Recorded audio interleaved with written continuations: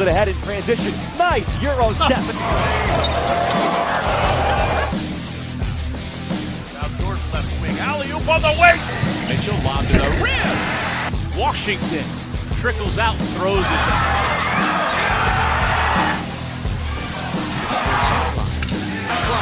He'll take the three-pointer. That one drops, and what a big-time shot. And welcome to the 2017 MAAC Basketball Championships on ESPN3. Tonight, from the Times Union Center in Albany, New York, it's a first-round matchup between the 8th-seeded Quinnipiac Bobcats and the number 9 seed Niagara Purple Eagles. 11 teams dreaming of cutting down the nets Monday night. And what we have here tonight, first-round games for the right to move on to the quarterfinals tomorrow and Saturday. So the top seed Monmouth, the number 2 seed St. Peter's, the 3 seed Iona, and then the 4 and 5 seeds Siena and Fairfield already waiting in the quarterfinals, and we will see who survives here tonight. And welcome everybody to Albany. Doug Sherman along with Rob Kennedy. So glad you could join us here for a chance to see 11 different teams dreaming of still making it to the NCAA tournament. Yeah, and everybody can throw out their records, including these two teams that have lost a combined 11 straight. They can forget about it because there's still hope. And even Monmouth, who's 18-2, they've got to forget about that. What you got to do right now is focus in on trying to win your way into the NCAA tournament. Okay, and in this first game, the 8-9 between Quinnipiac and Niagara, we've got some star power. We begin with an all-conference guard, Matt Scott, for the Purple Eagles. Well, Matt Scott's been honored each of the last 2 years as part of the third team. He's one of those guys, Doug, that can score it at the rim, can keep you honest from beyond the three, but the strength of his game is the mid-range game. We don't see it as much in college basketball, but from 15 feet, he's real effective, averaging over 17 a game on the season for the Purple Eagles. On the other side for Quinnipiac, they've got a star freshman backcourt led by Mikey Dixon. Dixon has been honored 6 times as the Rookie of the Week in the MAAC. He's fearless, not afraid to go inside, but it's his three-point shooting at 37% that sets everything up from the outside. As you said, a couple of stars. You look at their numbers, 5th and 6th in the MAAC in scoring. You see, as we mentioned, third team for Scott, and then all-rookie team, unanimous selection, and I can guarantee you tomorrow, not guarantee you, but I think he should be the Rookie of the Year, and I think he will be tomorrow when that's announced at 10:30. I agree with you, Rob. Again, our I Love New York key players brought to you by I Love New York, New York State. It's all here. It's only here. Starting lineups brought to you by BSN Sports. First for Niagara, Chris Barton helps to space the floor for Dukes and Scott. They're 2 dynamic playmakers. Maurice Taylor Jr. back in the starting lineup, and Dominic Robb among the candidates for Defensive Player of the Year in the MAAC. For Quinnipiac, Mikey Dixon, Daniel Harris, Peter Kiss in the backcourt, and then Shays Daniels and Abdoulaye Bundu round out the starting 5 for the Bobcats, who come in with an overall record of 10-20, Niagara at 9-22. But again, as Rob just said, well, if you're Coach Casey, you throw those numbers out the window, because what you're focused on now is winning 4 games over the next 5 days and advancing on to the NCAA tournament. It can certainly be done. Tom Moore's team trending in the wrong direction heading into Albany. They last won a game way back on the 6th of February. But again, Quinnipiac, with a dynamic young backcourt, has the ability to knock off pretty much anybody here in this field of 11. Series history, 12th meeting between these two schools. Quinnipiac in its 4th year in the MAAC. Niagara has been a member of this conference since 1989, and we are set for basketball. Rob Kennedy. There you go. And it was indeed Quinnipiac that won both the regular season matchups this year, but they were weird games. How about the first game? Quinnipiac was down by 14 late in the second half, stormed back to win. And in the second game, they led by as many as 26 points early in that ball game, to only see Niagara come back with the chance to cut it to 3 late in the ball game. And not surprisingly, Rob, in those 2 regular season matchups, both Peter Kiss and Mikey Dixon were dynamic. They averaged each 20.5 points per game. So Niagara certainly defensively needs to address that here in the third matchup, the tiebreaker, if you will, for a spot in the quarterfinal round. Taylor left wide open, and that's not what you'd expect for the first 3 points of the night. No, and Taylor, as we said, getting the unexpected start. Surprising, because he's 0 for from beyond the three-point line. That's his first three-point field goal attempt of the season. So I guess he leads the country in three-point field goal percentage. A perfect 1-for-1. Bundu misfires. Dukes and Daniels went after it. And it's Niagara basketball. Rob, how does that happen? And how does he go the whole season without taking that shot? And you know why he's wide open there, but he stepped up and confidently knocked it down like he's been doing it all year. Because like we said, everybody can dream. Forget about the fact you've lost 5 in a row. Just try to win 4 in a row, and the next thing you know is you're dancing. Now the winner of this game will get Monmouth in the quarterfinal round. Here's Dukes, the former USC Trojan, off the mark. Daniels had the ball for a moment, lost it out of bounds, and so Niagara will keep.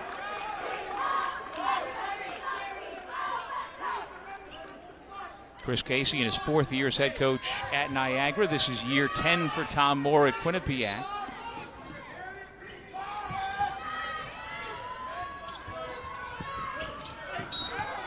And Scott is fouled by Daniel Harris, the senior from Tampa, Florida. And Harris, back in November into early December, was averaging over 10 points per game, but his offensive numbers have slid regularly over the last 3 months. Yeah, this is a guy that averaged over 10 points a game last year when he shot it at 41% from beyond the three, one of the best in the MAAC. He just hadn't been able to make shots this year, especially as of late. That three-point field goal percentage down to under 31% this year. He picks up the foul, but off the turnover, the Bobcats get the ball, and so Harris inbounds against some pressure put forth by Niagara.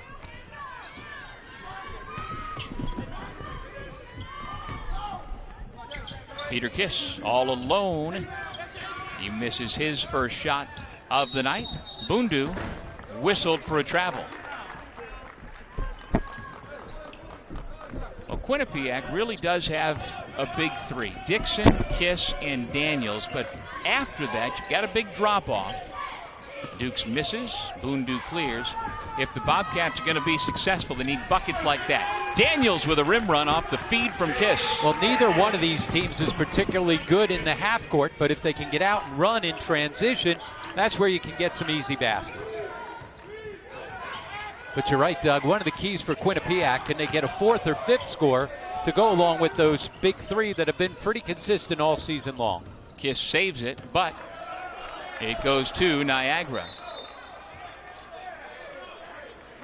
And now the officials switch the call, and it will stay down at this end as we take another look. Clearly off of Quinnipiac. I believe the official knew what he wanted to call, just pointed the wrong direction. 17:35 remaining, just underway at the 2017 MAAC Championships. Here at the most common home of this event over the years, ever since Siena, which is the home tenant here in this building, joined the league in '89. Scott off the pull-up for 2. Deep guarded 2, but again, Matt Scott, one of those guys, could string it together. Had 20 points the last time these two teams met, most of those in the second half. And you know, he's the rare guy in this day and age, Rob, who didn't play AAU basketball, played for a small high school. Matt Scott from Brooklyn out of Law and Tech High. He's the only guy from his alma mater to get a Division I scholarship over the years, and his growth has been dramatic over the last 3 years. Pass intended for Scott, well over the mark. It's a turnover charged against Chris Barton. Scott, 3rd-team All-MAAC a year ago. 3rd-team All-MAAC again this year. And so the last time a Niagara player was honored by the MAAC consecutive years, that was Antoine Mason, the last back-to-back Purple Eagle honoree.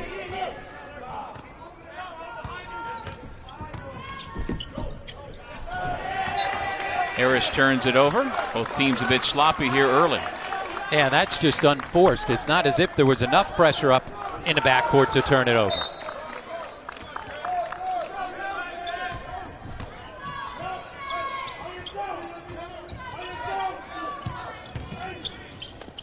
Taylor back to Dukes. Dukes is one of those guys who can just get buckets. He can score them in bunches. He and Scott are quite a 1-2 combo. Dukes averaging 15.5 points per game. Here he is in the corner, saving it back to Taylor. And he had a career-high 29 against Quinnipiac the last time these two teams met. Dukes airballs it. Out of bounds back to Quinnipiac. And so Phil Winston comes into the ball game. And we should mention that Quinnipiac's backcourt is lacking Reggie Oliver due to a death in the family. His grandmother passed away, and he's back down in Florida. And it has been a tough year for the Bobcats, and losing dear family members this year. We'll talk about that a little bit. 8 to shoot. Dixon off the pass fake. Misfires. Taylor's been active. And good energy defensively for Niagara out of the zone. Taylor, the jump stop, and he lays it in. Well, Taylor making the most of an unexpected start for him. Doing a good job getting Niagara into the scoring column early. They lead 7-2 here in Albany.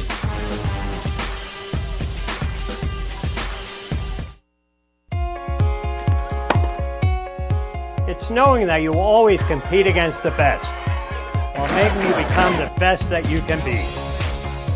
It's about joining a family with a storied history, where athletics and academics are held to the highest of standards.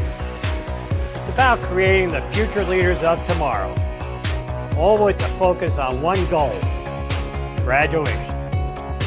It's the Metro Atlantic Athletic Conference. Want to achieve more than you ever thought possible? At Canisius College, you can. A Canisius education is packed with extraordinary opportunities like top-level scientific research, global service experiences, and real-world connections. Want to intern at a Fortune 500 company? Want to get into the best medical and law schools? Want to be a champion for social justice? You can. Here. I'm in there as Katie. I'll call you later. Or, no, I won't. I'll text you because, what am I, your dad? Don't stay out too late. Yeah, just text me. Thank you. Get home safe.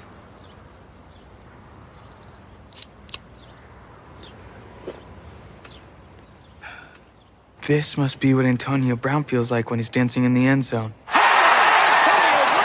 Huh. This must be how Lucas felt when he finally got Katie's number. Pepsi. MAAC basketball is brought to you by Geico. I love New York. New York State. It's all here. It's only here. Visit iloveny.com. Life Storage. It's your life. Store it with care. And UHY, the leading choice for professional tax and business consulting services. UHY. Experience the next level of service. Well, perhaps we could have a do-over with our Star Watch off the top. Niagara leading 7-2. We expected Matt Scott to be the guy, but so far it's been Maurice Taylor with 5 of the 7 Purple Eagle points. Quinnipiac struggling from the perimeter so far. Now 0 for 5 from distance. And just forcing up too many threes against the zone defense. You got to probe, get the basketball inside, and then kick it back out. 5 minutes gone. Rob sets the screen for Scott. Gets it back on the pick and pop. Around and out. Scott crashing the glass for 2. And Scott does a good job crashing the glass. 7th best in the MAAC at 7 rebounds per game. Well, he's so long and so active. He's among the league leaders in steals as well. Certainly well deserving of making third-team All-MAAC. And certainly if Niagara had had more success as a team, you could have made a case for Scott maybe on the second team. But good for the junior from Brooklyn to get that award. And I don't know if you remember, Rob, Matt Scott telling you in an in-game interview last year, saying as a skinny freshman, I couldn't finish at the rim and I would cry for fouls. And that epitomizes to me what we see here in the MAAC, guys who stay around for 3 and 4 years and just develop their games. And he's worked on his game in the offseason every year. One of the reasons why Chris Casey says he has been so improved. Offensive foul called against Niagara, and it goes against Scott, clearing out with his forearm. Two-time MAAC Player of the Week this season. His best night was a 34-point performance February 12th against Iona. Dropped 30 on Rutgers back in November. Daniels, tough pass to handle through the hands of Alan Chiga and out of bounds. And Niagara's changing defenses with the little three-quarter court trap back into zone, mixing man in as well. They've kept the Bobcats off kilter and haven't allowed Quinnipiac to get into anything offensively. They've been confused at times almost and settling for way too many threes. They go to the high post. Daniels. That's a good idea. Get the basketball inside against the zone, especially when you got a guy like Chase Daniels that can score it in there. He's got all 4 Bobcats points. Kiss. Nice look to Daniels. That's a shot he's got to make. And a foul on the rebound. Well, anytime you play against Quinnipiac, even though this is not a vintage rebounding Tom Moore team, you got to get after it on the offensive glass. You're right, Doug. That's a basket that Chase Daniels has got to be able to convert. But they get an extra opportunity because they work so hard on the offensive glass. Foul against Dukes. And we should point out that the league's leading shot blocker was in his peripheral vision when he missed that shot. Dominic Robb is somebody who will make you miss a shot one way or the other.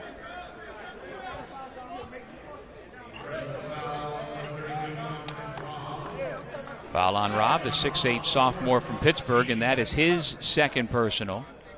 He came into this game 2 blocks shy of Niagara's single-season shot block record. Mark Henry, back in 87-88, set that mark. Although Dominic Robb, as he heads to the bench, has no block shots in his last 3 games. He'd only gone 1 game previous to that, Robb, without a shot block. And part of that equation is when you get into foul trouble, you can't be on the floor. And that's happened to him recently.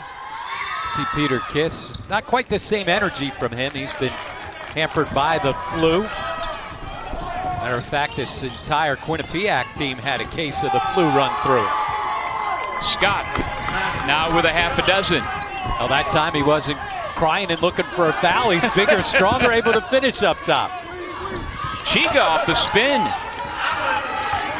Well, any kind of scoring they can get inside from anybody not named Chase Daniels, a big benefit for Quinnipiac. Yeah, the Bobcats playing without Donovan Smith, their terrific senior setter, out with a broken foot. And so Chiga, with that first basket of the night, has already surpassed his average for the year. Chiga with the rebound. Andrew Robinson's come into the game for Quinnipiac. Daniels got it blocked on the way up. Nice job of going up straight. Ollie to the rejection. Dukes get denied by Chiga. A good energy for Chiga. You saw the quick catch, spin, and turn, and then showing you his athleticism, making a run to come up with the block in transition. Staying with the much smaller and quicker Dukes. Used his size to swat it away. 6'7", 207, a senior from Cameroon who's been with this program for 4 years. Daniels goes out. Bundu has returned. Niagara with the ball, leading by 4. Here goes Scott along the baseline. In trouble, lost it. Bundu picks it up and gives it right back to Dukes. Scott, after getting his feet crossed up with one of the officials, still took the shot and missed it.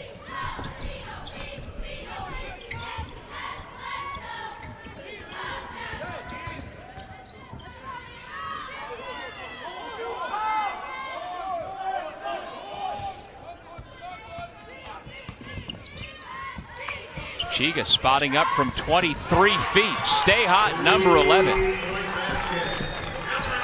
And just his 5th 3 on the season. He's just 4 of 18 coming in, so no reason to guard him out there. That's the first made 3 for the Bobcats by a guy you certainly didn't expect it from. So we got a 3 early from Maurice Taylor for Niagara. His first shot from distance this year. And then the answer by Chiga. And just like that, the Bobcats right back in the ballgame.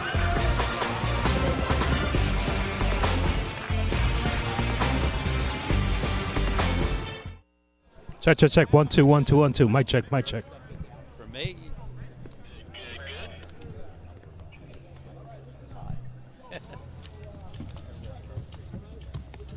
Make you look biased. Chris, you guys were effective, especially in the first 4 minutes with your half-court trap. Will you guys stay with that? Yeah, we will. We'll stay with that. We want to be aggressive defensively, and, you know, they're very good at getting in a rhythm of pushing the ball and going and get it off the glass. Hopefully that disrupts some of that rhythm. And you guys got off to a quick start offensively. What do you have to do to keep that going? We got to make some shots. I mean, we had a couple layups around the rim, and we had a couple post-ups and an open three. Got to make a couple of those. All right, thanks, Chris. Thanks, Rob.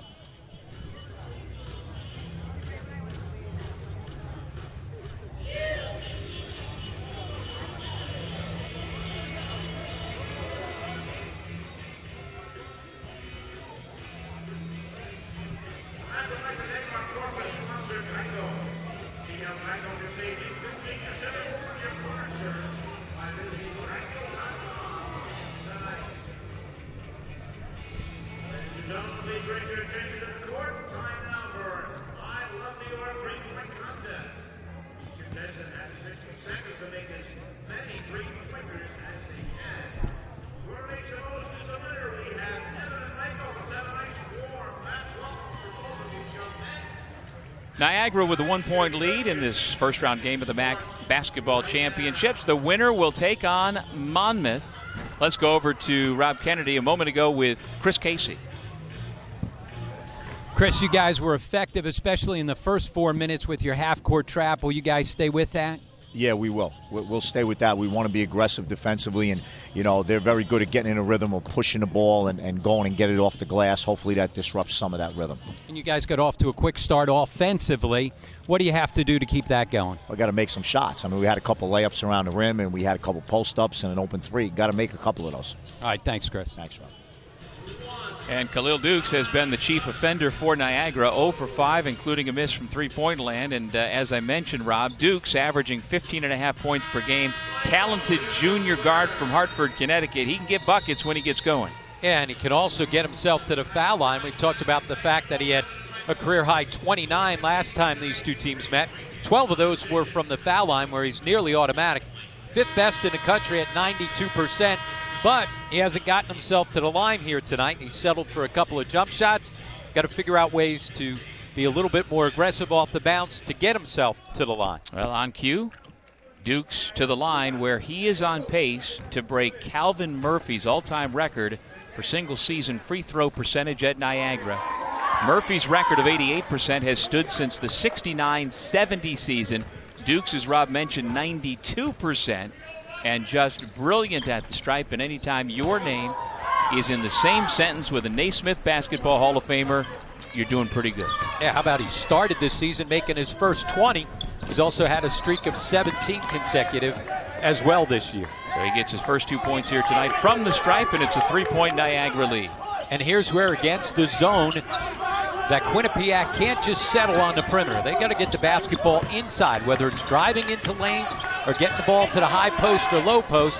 It can't just all be perimeter oriented, unless, of course, Mikey Dixon just decides to shoot over top, and that works as well. And so the presumptive MAAC Rookie of the Year knocks down the three, his first points tonight, and we are tied at 13 apiece. But again, if that's every shot you're going to get against the zone, it's not going to work for the long haul. You got to probe and get the basketball inside. But with the way Quinnipiac is constituted on the floor right now, as Dukes just fires up a wild shot, they really don't have, other than Chica, who has scored 5 points early, you don't have a post player where you're going to be happy to toss it inside and expect to get a good set. As you mentioned, without Donovan Smith there, that secondary interior scorer to go along with Shays Daniels, makes this team totally different. Tom Moore's teams have always really been 3 out and 2 in. They have pounded it in, but they've had to play a lot more 4 out 1 in this year.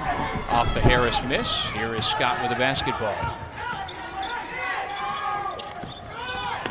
Dukes, little teardrop. Robinson with a rebound.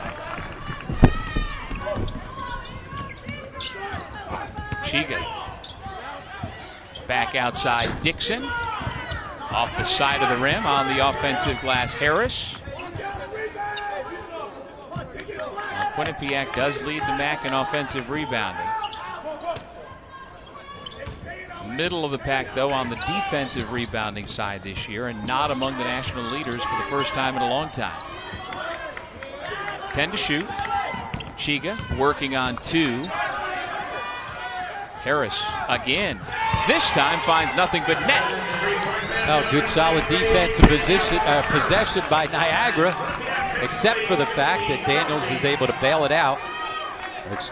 Harris able to bail it out with the 3.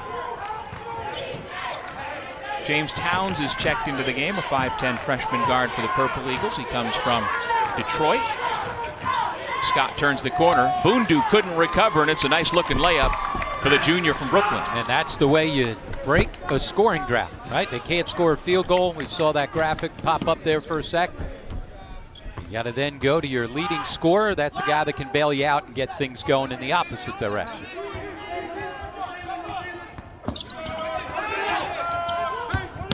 Bundu.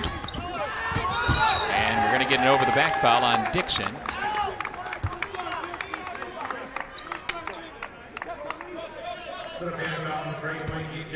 Daniels will come back. Kiss as well. And we get our first look at Jaquan Jones, number 25 in gold. And I mentioned earlier, Jaquan lost his mother, Valerie Carlton, of cancer back on January 16th. She was just 39, and he really got a lot of help, emotional support from the whole team, but in particular the Robinson twins, Andrew and Aaron, who both lost their mother earlier this season as well.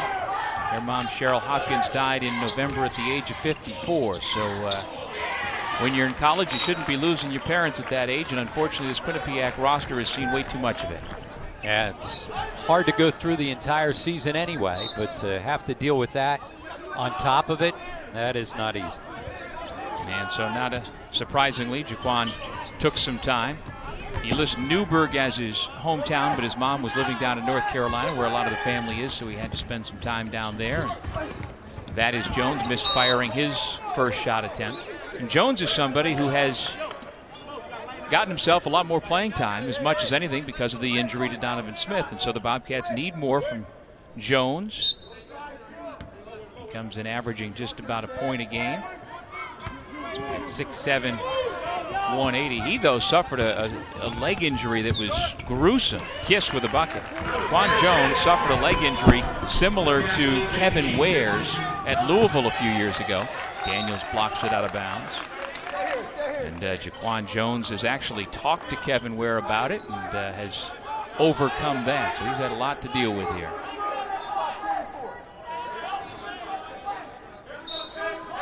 .801 remaining first half. The winner will face Monmouth in the quarterfinal round. Good hustle by Kiss. Niagara keeps 15 to shoot. Scott pulls up. 2 battles with Daniels, and it's the Bobcats who come away with it. That's a quickness rebound right there by Mikey Dixon. Kiss's entry pass, if it was on the bounce, would have gotten to Daniels. Instead, it's deflected out of bounds. Quinnipiac will have it when we come back. Bobcats 18, Purple Eagles 15.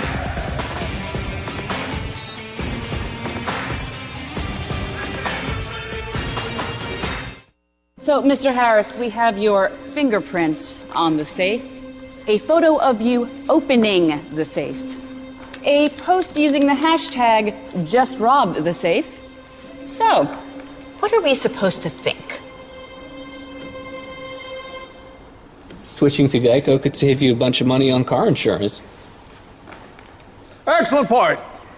Case dismissed. Geico, because saving 15% or more on car insurance is always a great answer.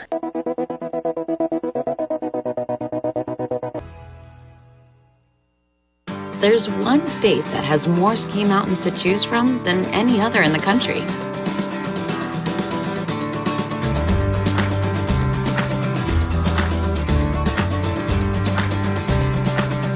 And that's not the only thing you can only find in New York State. You can find it all, only in New York. New York is all here. It's only here. Plan your winter getaway at iloveny.com. Back in Albany at the Times Union Center, Quinnipiac with a 3-point lead. And Niagara has itself, as we've been talking about, a pretty good 1-2 combination. Dukes and Scott, they rank among the best 1-2 scoring tandems in the MAAC. Of course, Justin Robinson and Micah Seaborn setting the pace. Yeah, Robinson and Seaborn both first-team selections earlier this week. But you're right, Matt Scott and Khalil Dukes, second best in the MAAC, just 1/10 of a point behind their Western New York counterparts over at Canisius. And some of the numbers and names for Quinnipiac's backcourt are really something. Mikey Dixon and Peter Kiss, who both joined the starting lineup together on December 29th. Look at that. Only Malik Monk and De'Aaron Fox for Kentucky, Shamori Pons and Marcus Levette for St. John's. Lonzo Ball and TJ Leaf are ahead of them for freshman scoring tandems. And although Leaf wound up hobbling off the floor at Pauley Pavilion late last night for UCLA with an ankle injury, not sure about his status going forward. But if you've got yourself in that company, Rob, you're doing something right. Dixon as well, top 10 in the country in freshman scorers. Yeah, he is certainly coming into the season. Tom Moore thought that Mikey Dixon was going to make a big impact for them, was really confident that he could handle the point guard responsibilities. I don't know if he realized he was going to get as much scoring as he did from Dixon. Shane Gatling just off the Niagara bench with a layup. Now, if you're looking for scoring, if you're Niagara, he's somebody who can provide that. He went for 24 at Youngstown State back in December, but he doesn't get a lot of minutes. Robinson turns it over, and the Bobcats continue to just give the ball away. How about we put it to the floor, like you said, a little bounce pass into the post, curl it in there. They got away with one. I thought it was a bad call when they retained possession on the last media timeout. But that time, no opportunity for the officials to get involved. Just threw it into the first row there. Taylor gives to Scott. He's got Harris in tow. And here's Gatling, the freshman from Baldwin, New York. They thought about redshirting him this year, but he's wound up playing. Back to Taylor. Could he have possibly made 2 straight three-pointers? No. Numbers for the Bobcats. Kiss pulls up from 15. He's still looking for his first made field goal of the ball game. But I like the way that he didn't force the three. He's not a great three-point shooter. What he is he's a terrific athlete and can elevate above guys. Play to your strengths. Yeah, last 4 games, Peter Kiss had combined 0 for 17 from beyond the three-point line. 0 for 2 so far tonight. So you could see why maybe going up. He's thinking about it a little bit. Yeah, don't force threes. Just because you're open doesn't mean you have to take them. 3 fresh Purple Eagles in. Dukes, Marvin Prochet for the first time. And Dwayne Powell as well for the first time. Now check that. That is Kevin Larkin who has checked in. So it's Larkin, not Powell.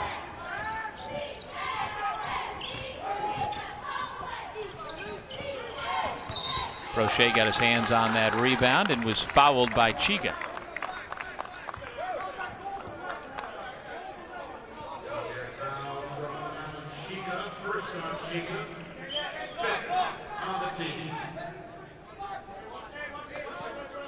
Well, this is a Niagara program that has produced not 1 but 2 Naismith Hall of Famers.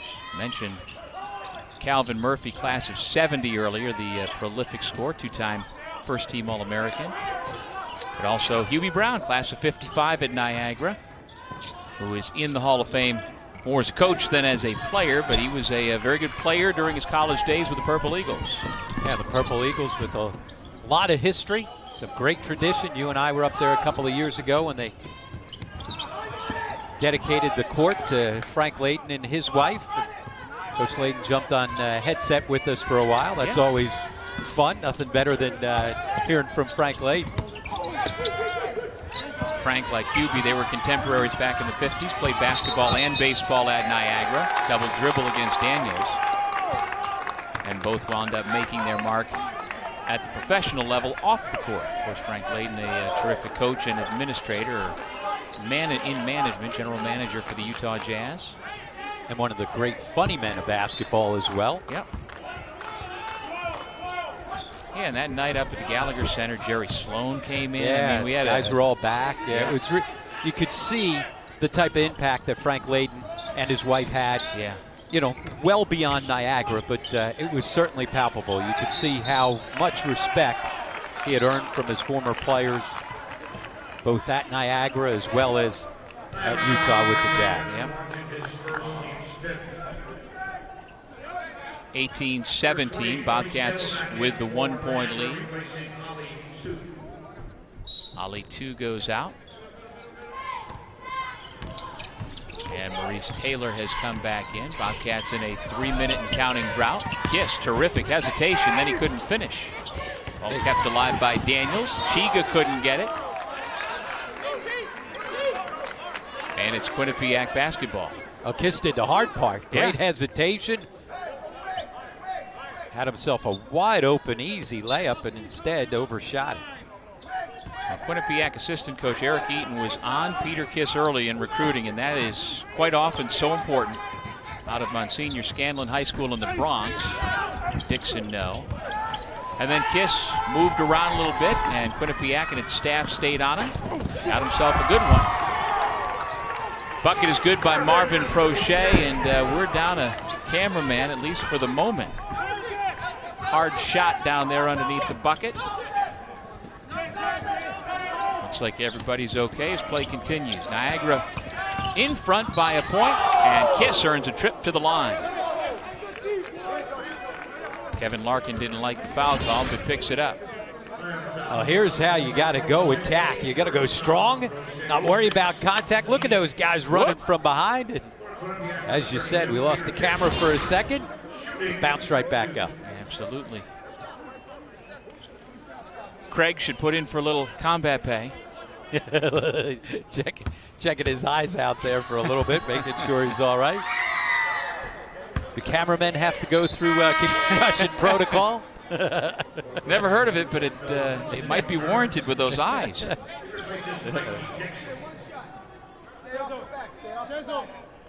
Dixon leaves the ball game. Winston is back out there for Quinnipiac. And the folks from Hamden, Connecticut are back in front, 2019. If you're struggling with your shot, getting yourself to the free throw line quite often can be an elixir. Dukes able to get his first made field goal. And Niagara back in front. As you said, he's a guy that can find buckets, not just three-point shots. It's a creative finish as he was driving. Now, last couple of games of the regular season, he was only 2 for 9 combined from the floor, only scored a total of 8 points in those 2 games. And he wasn't even taking shots. He had just 2 shot attempts in the regular season finale. It's hard to believe. Talking to Chris Casey earlier today, he said, hey, I'd rather see him go 4 for 15 than 0 for 2. He's got to be aggressive. They need his scoring. Well, upon leaving USC, Dukes considered Hofstra, Maine, and Longwood University before settling on Niagara. Never really played too much in his 2 years at SC. Prochet banks it in. Niagara back in front. The seesaw continues.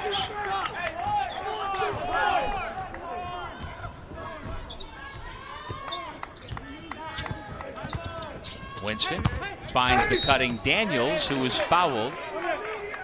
Larkin picks up his second personal in his final media timeout of the first half. Competitive ball game here in Game 1 of the 2017 MAAC Championships.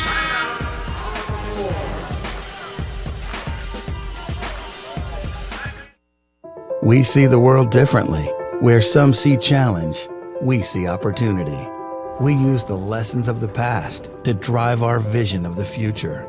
We are a global gateway, a classroom and laboratory, retreat and home. We stand up, step forward, and fight the good fight to prepare tomorrow's leaders and visionaries. We are a gale force that breaks down barriers to move the world.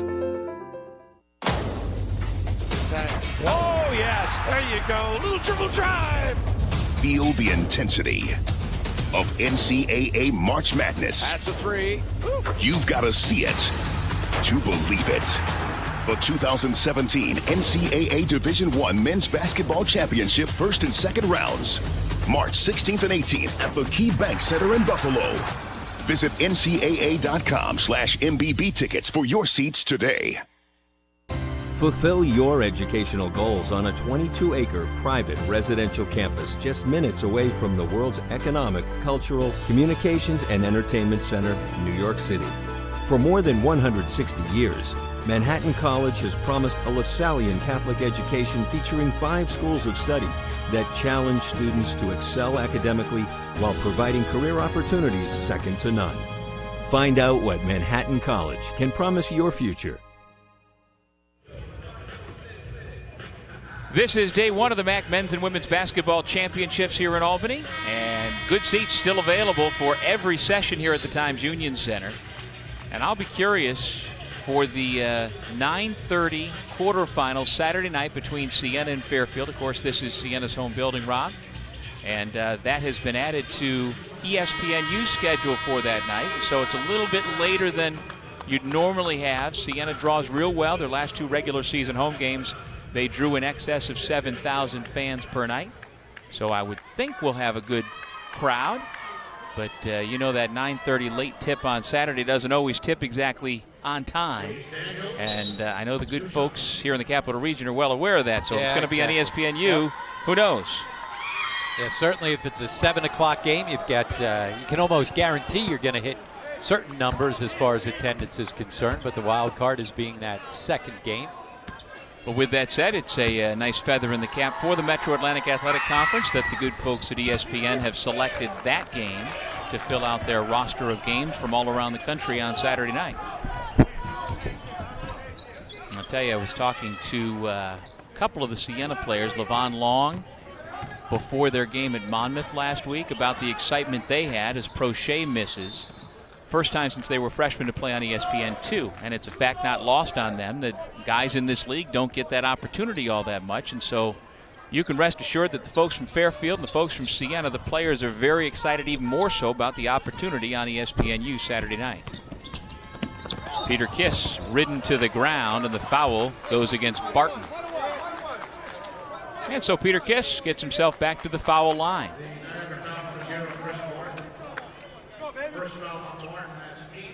First foul on Barton, the 8th against Niagara, so a 1-and-1 here for the 6'5" freshman.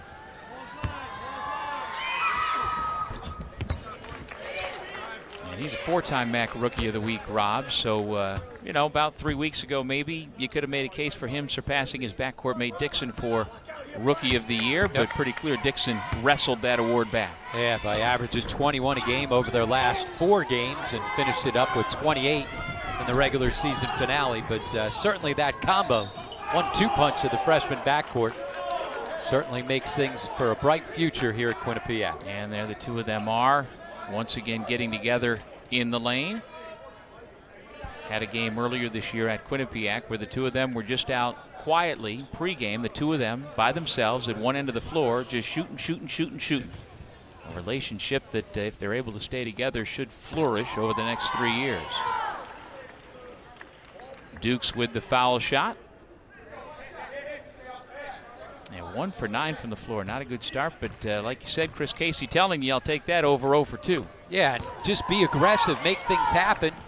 And you know he can string them together. That 29, the career high he had last time against Quinnipiac. 23 of those were in the second half when they made the furious comeback. And he's a guy who scored over 2,200 points at Capital Prep Magnet School back in Hartford. Kiss for 3. And that is a terrific find by Shays Daniels out of the double team in a post to find a wide open Peter Kiss. And that time Kiss had plenty of time to tee it up. First made field goal for Kiss. And as we said, that's his first made 3 in a couple of weeks. Taylor withstands the little push in the back. Missed the layup, though. Daniels with a baseball pass. A good block by Daniels. I think he got a piece of that. Another good chance for Kiss. He couldn't convert. Dukes around Chiga. Tries to get fancy, and it's knocked out of bounds. Niagara will keep on the baseline. Yeah, hard to throw that wraparound behind the back pass when you've got defensive pressure coming up your back. Not a wise decision then.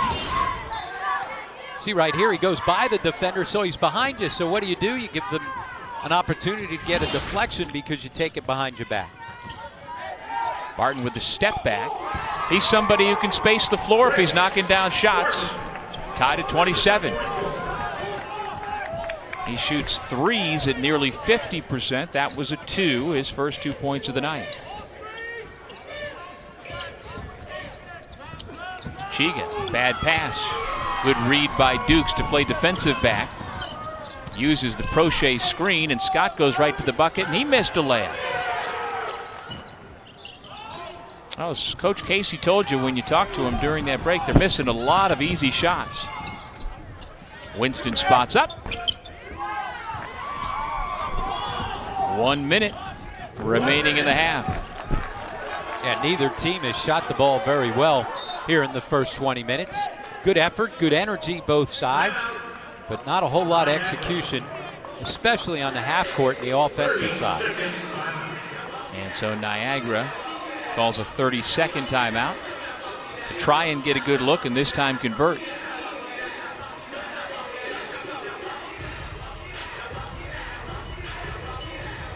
Fans tune into ESPN3 on Friday, March 3rd. That is tomorrow morning, 10:30 a.m. to watch the MAAC men's and women's basketball postseason award show where all major award winners will be announced. Although, Rob Kennedy, you can tell us all of your winners right now if you'd like.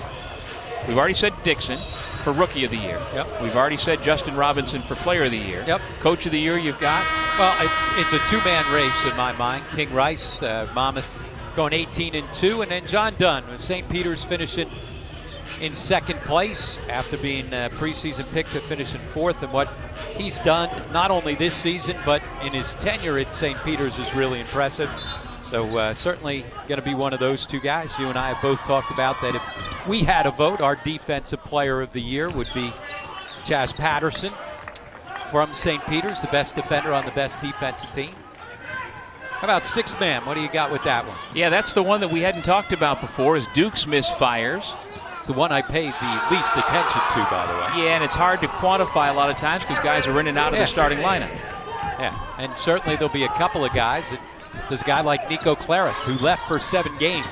If I was a coach, I wouldn't be voting for somebody who left his team for 7 games, but certainly statistically might be the best guy coming off the bench to score it. Well, he won that award last year as a freshman. I'd be surprised if he got it this year, but you're right, the numbers might push him to it. Kiss. No. Under 10 seconds to go in the half. Winston picks it up. Goes right to the rim. He can't get the roll.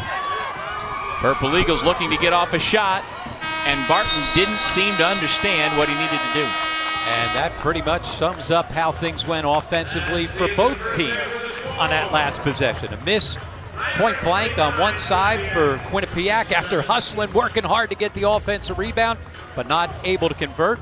And then Niagara should have been able to get a shot off to try and build on the 2-point lead heading into halftime. Well, the 8 and 9 seeds fighting for the right to play the number 1 seed, Monmouth Hawks, in the quarterfinals. That game will be 7 o'clock tomorrow night on ESPN3. We've reached halftime with the Bobcats and the Eagles playing a good one. Niagara up 2.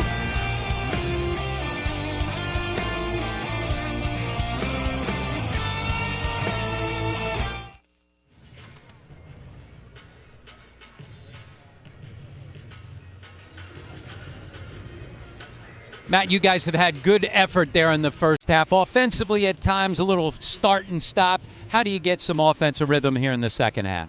Well, we're going to just try to keep getting stops on defense, and hopefully it contributes to our offense.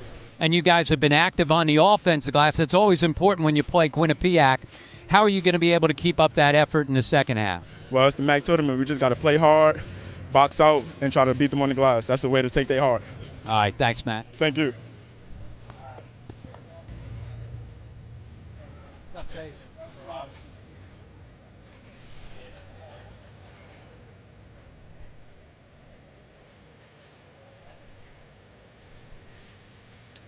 Shays, neither team really able to establish any kind of rhythm offensively in the first half. How do you change that in the second half for you guys? I mean, we just got to keep going. We got to keep trying to execute the game plan. All year we've been pretty good offensively. You know, This game, we're more focused on defense, trying to hold them under 40% to try to get us a win. And when you guys have been able to rebound and run and get out in transition, you have been better. How are you guys going to be able to make sure that you don't make it a half-court game in the second half? We just got to play defense. We got to dig down, find it in ourselves to win this game. Defense wins championships. All right, thanks, Chase. Thank you.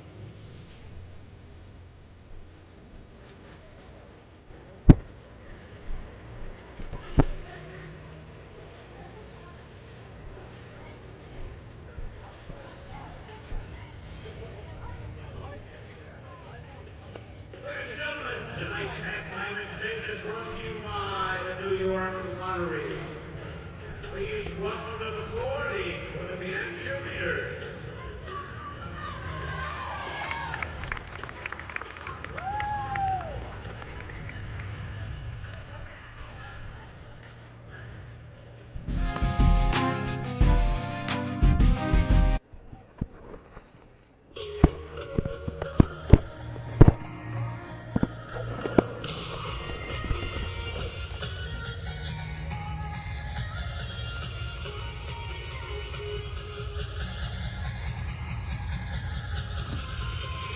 The Purple Eagles with a 2-point lead in this first-round game of the MAAC tournament. And as he was walking off the floor, Niagara's Matt Scott stopped by with Rob Kennedy. Matt, you guys have had good effort there in the first half. Offensively, at times, a little start and stop. How do you get some offensive rhythm here in the second half? Well, we're going to just try to keep getting stops on defense, and hopefully it contributes to our offense. And you guys have been active on the offensive glass. It's always important when you play Quinnipiac. How are you going to be able to keep up that effort in the second half? Well, it's the MAAC tournament. We just got to play hard, box out, and try to beat them on the glass. That's the way to take their heart. All right. Thanks, Matt. Thank you. Matt knows it is the MAAC tournament, part of Champ Week here on the ESPN networks, and the winner of this ball game will take on Monmouth. Every game can be seen here from Albany, New York on ESPN3. You can see the Siena Fairfield game Saturday night, 9:30 on ESPNU, and then the men's championship will be Monday night, 9 o'clock Eastern on ESPN2. This here tonight, 3 first-round games. It'll be followed by Canisius and Marist and Ryder in Manhattan. It's all about survive and advance, and right now Niagara and Quinnipiac are in a dogfight. 2-point ball game here at the intermission. Lots happening construction-wise here at the Times Union Center and the new convention center next door. We'll talk to Albany County Executive Dan McCoy. When we come back, it's 29-27 Purple Eagles.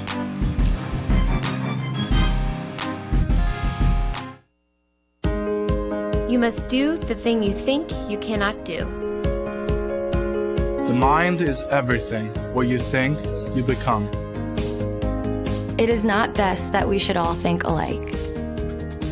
He who learns but does not think is lost.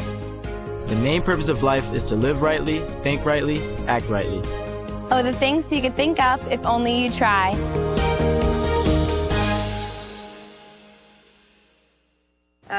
There's Katie. I'll call you later. Or, no, I won't. I'll text you because, what am I, your dad? Don't stay out too late. Yeah, just text me. Thank you. Get home safe.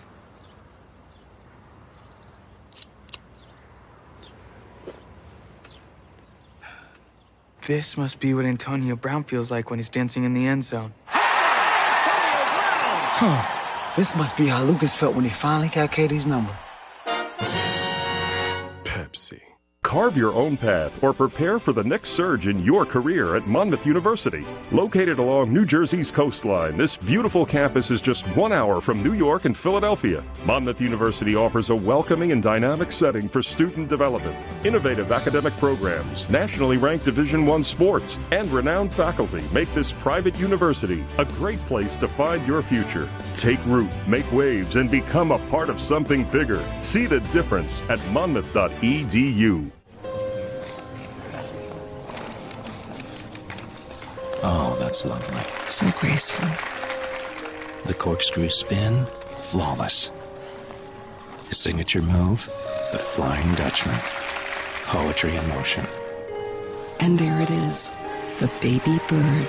breathtaking. A sumo wrestler figure skating? Surprising. What's not surprising? How much money Heather saved by switching to Geico. 15 minutes could save you 15% or more.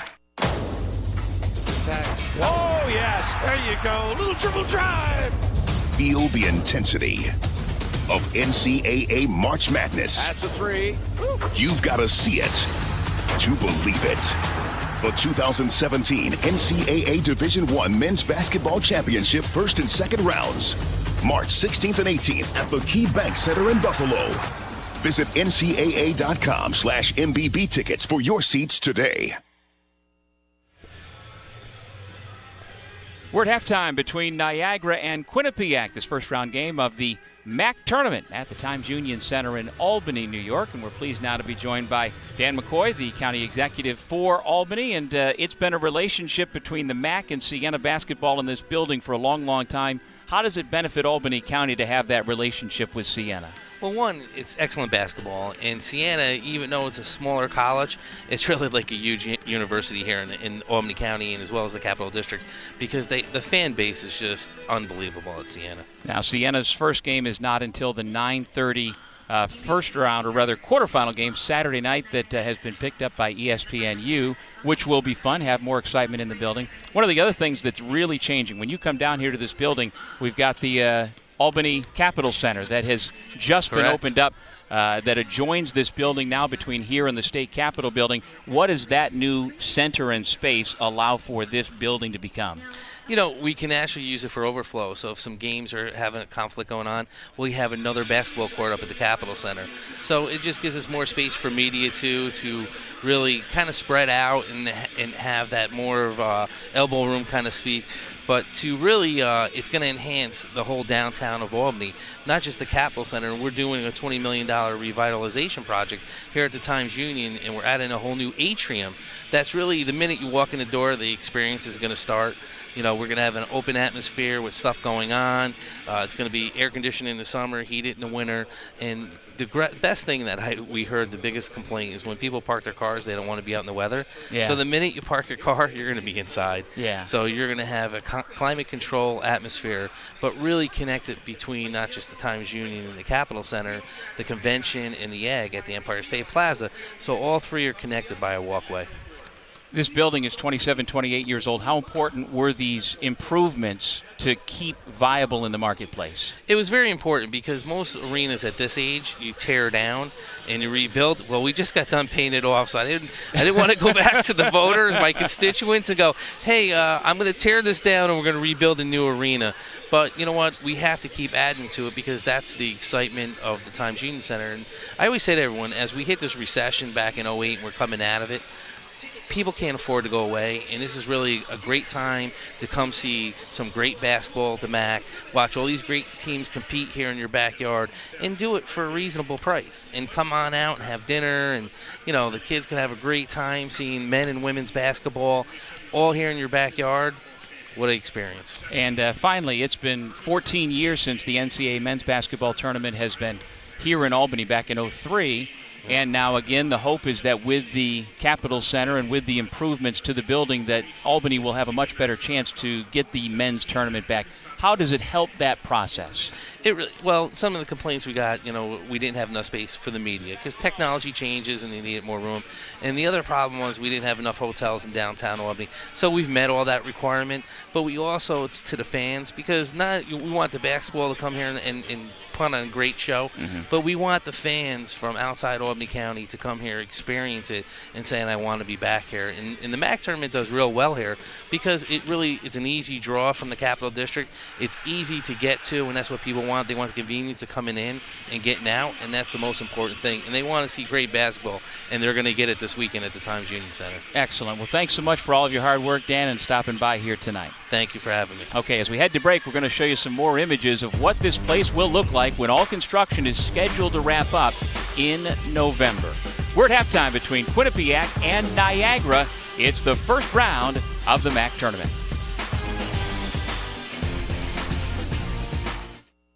If you can play in the MAAC. We pledge to respect everyone. We pledge to support the LGBTQ athletes. We pledge to create a safe and inclusive environment. If you can throw. You can throw. you can shoot. You can shoot. If you can swim, you can swim. If you can run. You can run. For everyone at Canisius, Fairfield. Iona. Manhattan. Marist. Monmouth. Niagara, Quinnipiac, Ryder, St. Peter's, Siena. If you can play in the MAAC. At Niagara University, we believe that whatever you do, you should do it with all of your heart. That before you can fly, you need to be encouraged to spread your wings. That having a few great professors can make all the difference. That while pursuing a degree fit for the 21st century, you should learn a little about yourself too. And that feeling prepared can take you places you never thought you'd go. Are you ready to feel the power of Niagara University? If you want to celebrate winter in a palace of ice, there's only one place to go. And that's not the only thing you can only find in New York State.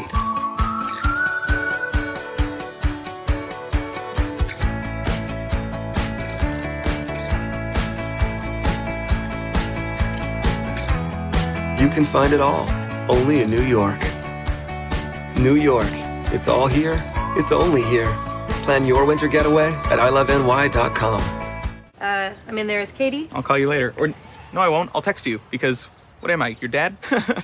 Don't stay out too late. Yeah, just text me. Thank you. Get home safe.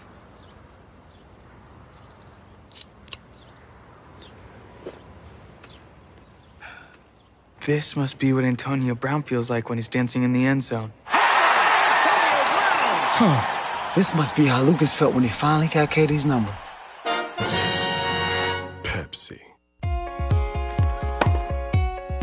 It's knowing that you will always compete against the best while making you become the best that you can be. It's about joining a family with a storied history where athletics and academics are held to the highest of standards. It's about creating the future leaders of tomorrow, all with the focus on one goal: graduation. It's the Metro Atlantic Athletic Conference. At Quinnipiac University, learning has no boundaries. The world is our classroom. Learning is more than just seeing new places. It's experiencing cultures, exploring professions, and making friends. It's exchanging ideas and pursuing your passions, here and there. Take a seat in our world-sized classroom. How far you go is up to you.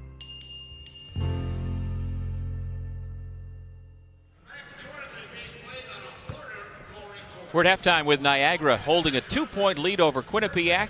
The winner advances to the quarterfinal round to take on regular season champion Monmouth. And welcome back, everybody, to Albany. Doug Sherman along with Rob Kennedy. And that first half was not necessarily a thing of beauty, but competitive at least. Both teams playing defense better than they're playing offense. Yeah, there was good energy on both sides. All you have to do is look at the offensive rebounding numbers, especially from Niagara. They had 9 offensive rebounds in that first half against a real good rebounding team in Quinnipiac. So there was effort, just not a whole lot of execution, especially in a half-court offense. Well, let's show you the highlights as they did get points on the board. And we start with the big man inside for the Bobcats, Chase Daniels. Well, Chase Daniels, one of the better post scorers in the league. And when he gets the ball inside, obviously he's effective. You're going to see right here 3 scores. The only problem for Quinnipiac, these were their only 6 points scored in the paint in the entire first half because they relied a little bit too much on 3-point shooting. That was Mikey Dixon's only made field goal, Doug, in that first half. He was 1 for 5 from beyond the 3. As a group, 13 3-point shot attempts as Kiss finally made one, but just 4 of 13 from deep. Meanwhile, for Niagara, they didn't shoot the ball that well. That by Taylor, the only made 3-pointer in 9 tries. He did, though, provide some offense in a role that we're not accustomed to seeing from him. Yeah, he had 5 points and 7 rebounds, so he had good effort. The guy who you expect to score it did. Matt Scott, he's got that scorer's mentality, but it's not just him scoring the basketball. His rebounding, as we said, 9 offensive rebounds in that first half for Niagara, gave them some extra opportunities, and when Matt Scott gets extra opportunities, he usually converts. 5 ties, 10 lead changes as we take a look at our first half stats brought to you by I Love New York. New York State, it's all here, it's only here. As we said, just 6 points in the paint for Quinnipiac. They've got to pass the basketball, get it inside, especially against the zone. Niagara had the better as far as points in the paint are concerned. And somebody's got to make shots. 34% for Niagara, just 31% for Quinnipiac. That just shows you neither team converted. When we come back, we'll get the thoughts of Chase Daniels from the Bobcats and have the start of the second half. 29-27 our score, Niagara.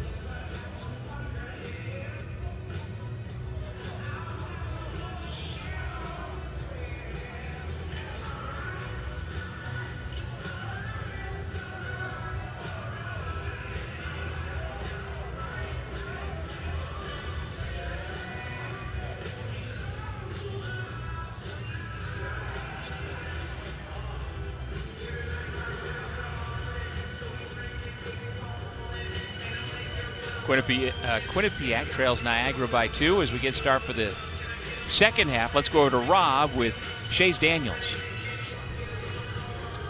Chase, neither team really able to establish any kind of rhythm offensively in the first half. How do you change that in the second half for you guys? I mean, we just got to keep going. We got to keep trying to execute the game plan. All year we've been pretty good offensively. You know, this game we're more focused on defense, trying to hold them under 40% to try to get us a win. And when you guys have been able to rebound and run and get out in transition, you have been better. How are you guys going to be able to make sure that you don't make it a half-court game in the second half? We just got to play defense. We got to dig down, find it in ourselves to win this game. Defense wins championships. All right, thanks, Chase. Thank you. And based on that, the Bobcats should feel good about the fact that they've held Niagara to only 34% shooting in that first half. Niagara should feel good about the fact that they get Dominic Robb back after he played only 6 minutes thanks to 2 personal fouls in that first. And also the fact that Khalil Dukes was 1 for 10 from the field, and you've got a 2-point lead. Bobcats with the basketball first. Here's Daniels over Robb, no. The stick back is good by Daniel Harris. And I can guarantee you at halftime that Tom Moore was talking to his team about rebounding, because that was not a very good rebounding first half for Quinnipiac. Harris for 3. 5 quick points for the senior. Well, those 5 quick points are both off rebounds. An offensive rebound and then a defensive rebound that allowed him to get out in transition. So a very fast 45-second start to the second half for Quinnipiac. Niagara gives it back on a slow start, and they've surrendered the lead, 32-29 Quinnipiac. Now up in the three-quarter court pressure. They had some success with this in the first half. Foul on the pass. Well, this is Quinnipiac's 4th MAAC tournament as Dukes picks up his second foul. And Tom Moore's clubs over the years have lost opening round games each of the last 2 years to Marist and Ryder. The only time that Quinnipiac has won a MAAC tournament game as Bundu misfires. Was in its first year in the conference when they beat the Niagara Purple Eagles. 3-point bucket is good by Chris Barton, and we're tied once again.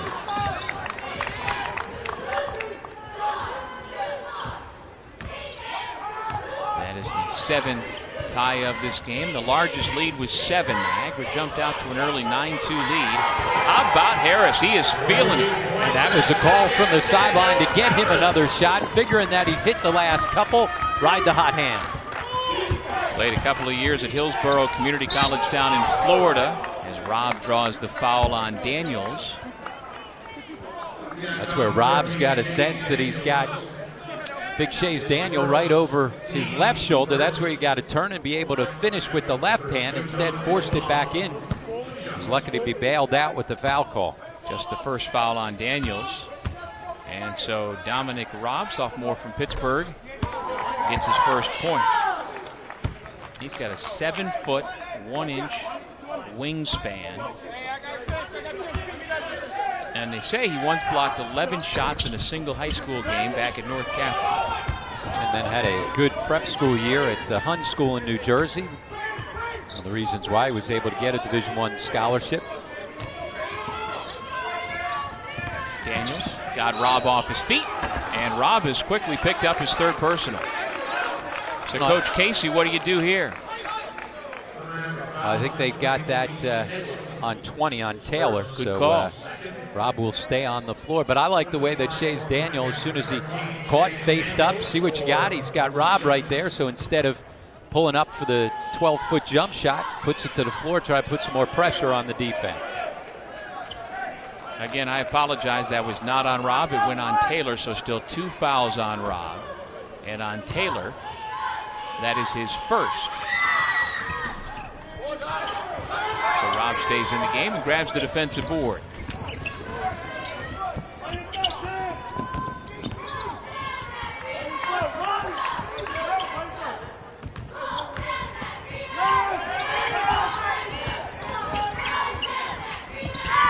Taylor driving on Bundu. Much more aggressive at the offensive end tonight. I tell you what, he's been aggressive every time he's touched it. That was a heck of a drive coming right from the three-point line. On a swing back to him, he really attacked. 7 points for the senior from Cambridge, Mass. Kiss winds up turning it over along the baseline. Chiga will come back in. And Bundu goes out. What do you make of Tom Moore's rotation of his quote-unquote bigs? Again, they're playing without Donovan Smith, so Shays Daniel's really the only presence that you can count on. What do you think about what he has left in the rotation and how he's able to use these guys? Well, you can tell he's searching. He's searching for somebody to step up and do something. And when you're struggling, that's what happens. When you see teams that use multiple different starting lineups or rotations, it's because you're struggling. Quinnipiac's lost 6 in a row, so just trying to figure out who can give you some extra scoring. Foul 2 on Harris.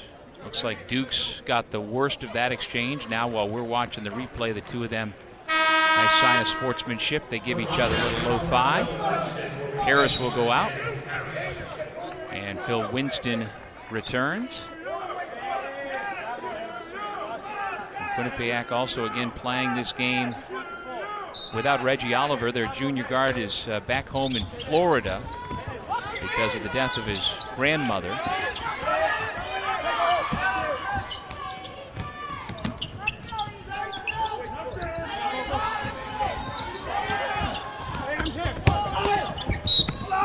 Blocking foul. Chiga picks it up, and again the activity for Taylor turning out well for Niagara. Yeah, as we said, he's been aggressive, moving without the basketball. It all starts, though, with him setting screens, and so the defense then is jumping out to the guy who's coming off the screen. He just shaped right back up, stepped to the open area. Smart basketball, but he's been aggressive. There's Coach Casey, who was a 6-year assistant coach under Norm Roberts at St. John's University. Coach Casey's been around the MAAC before his current tenure at Niagara as well. He was a St. Peter's assistant coach for the 91 team under Ted Fiore. They went to the NCAA tournament, and then he was also an assistant under Roger Blind 4 years later when the Peacocks represented the MAAC. And a couple of head coaching stints as well at Rutgers Newark at the Division III level, and then prior to coming to Niagara, had a good 3-year run at LIU Post, taking Post to 2 NCAA tournaments in his 3 years.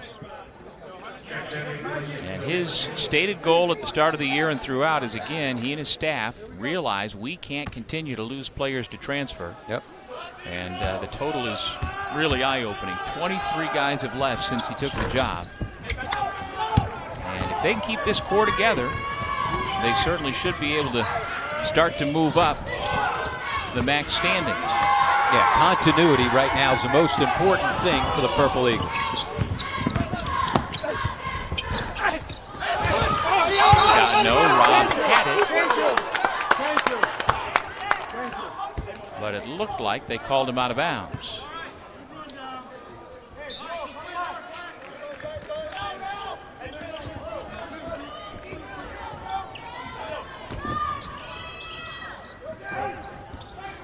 Daniels. Scott flops. Offensive foul. Well, you knew it was a flop, but apparently the officials did not, and you were right. I mean, this is a good post up inside by Daniels. He turns. I don't like that call at all. He's down before contact even comes. Smart play by Scott because he's not going to be able to defend him inside there, but I think the officials bid on that. Is that another case, Rob, as Dukes does a nice job to free himself for 2. They call it a 2. One official says 3, the other says 2. They'll review it. A 3 at the other end by Alan Chiga. Hey, don't look now. All of a sudden, we got ourselves a little offense going both ways. Chiga with his second made 3 of the game. He had 4 makes on the entire season coming in. Go figure. Scott to double figures. The lead, at least for the moment, is 3.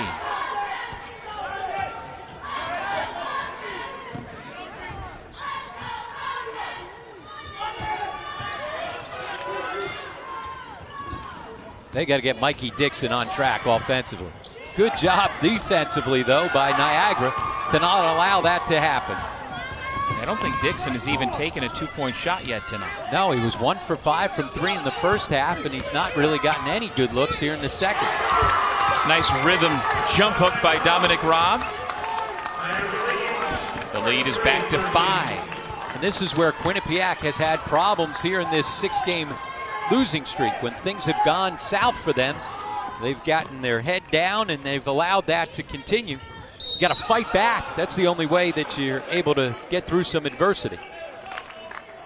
That foul will go against Taylor, and we'll head to break. Nearly 5 minutes gone here in the second half. Purple Eagles by 5.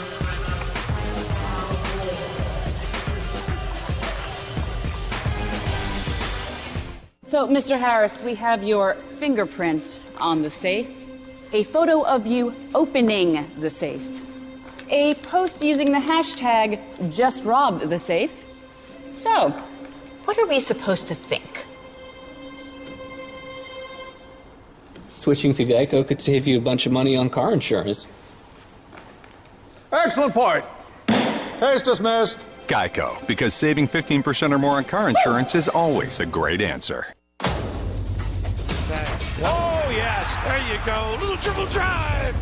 Feel the intensity of NCAA March Madness. That's a 3. You've got to see it to believe it. The 2017 NCAA Division I Men's Basketball Championship first and second rounds. March 16th and 18th at the Key Bank Center in Buffalo. Visit ncaa.com/MBB tickets for your seats today.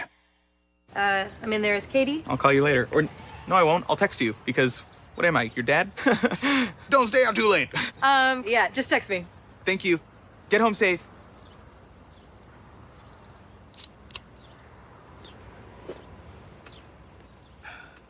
This must be what Antonio Brown feels like when he's dancing in the end zone. This must be how Lucas felt when he finally got Katie's number. Pepsi. Download the MAAC app to get instant updates on MAAC news, scores, standings, and videos straight to your mobile device. Go to the Apple App Store or Google Play to download tonight, or visit MAACsports.com/mobile for more information.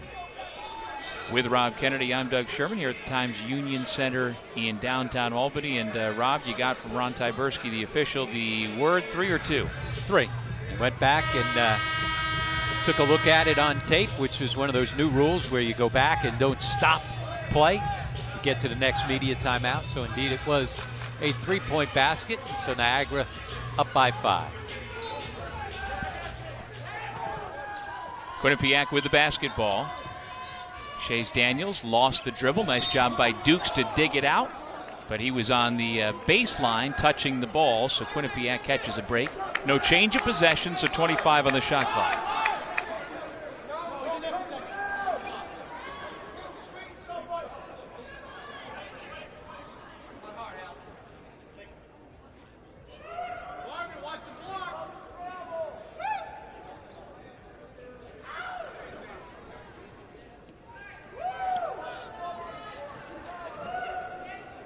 Rusty Cooper, the official, and Daniel Harris having a little fun while they get the floor cleaned up. Harris should be smiling. He's had a hot hand here in the second half. Daniels, another miss in close. 3-on-2 Niagara. Dukes wide open. And Daniels, good hustle to grab the rebound. And he didn't have the elevation that he usually has on that jump shot. You can see he's trying to will it in.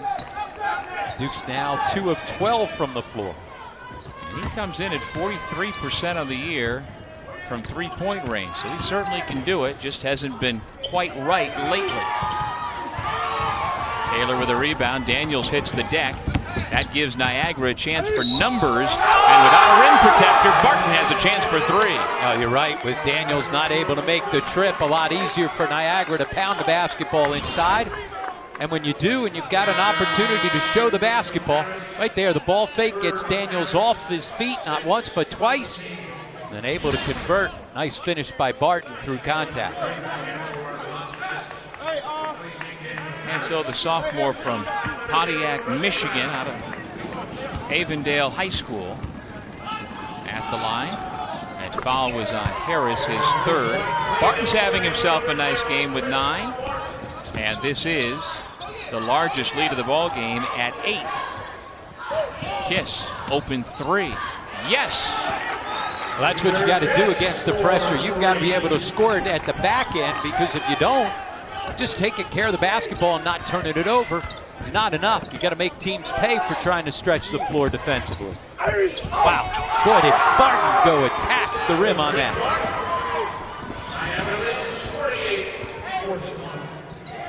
A lot more pace on the offensive end here in the first couple of minutes of the second half than we had throughout the entire first half.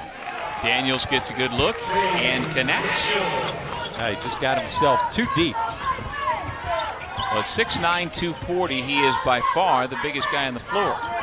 Yeah, he's really improved his offensive skills and his ability to score it inside from when he was a freshman to now as a junior. Taylor goes up and over.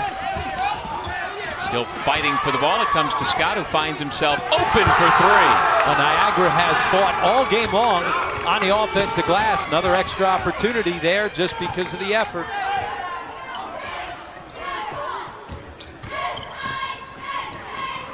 Robinson gets those 3 back for Quinnipiac. That's what he does. He's a guy that can make it from beyond the 3-point line. But Quinnipiac's got to get some stops at this end of the floor. It's become too easy for Niagara on the offensive side. See the second half 3-point shots. It's amazing how games change like that.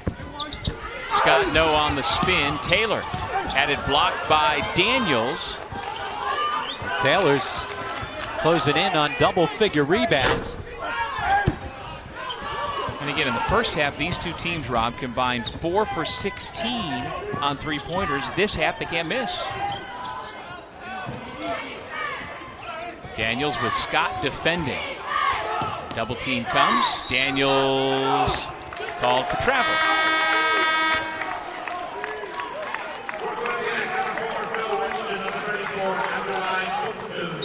Bundu and Winston Winston in, Kiss and Daniels out. James Towns will take the place of Khalil Dukes. Dominic Robb hustles to the scorer's table. He'll give Taylor a blow. I almost get the feel in this game, Rob, if one team can have one sustained run, that could be it. And that's how each of these two games went. You know, Quinnipiac was down first time they met, down by 14 late, and made a big run to finish off the ball game with the game winner by Mikey Dixon. And in the second game, it was a long extended run early that got Quinnipiac the 26-point lead, and they were able to hold on. Towns is fouled, and we'll have free throws when we come back to the Times Union Center in Albany.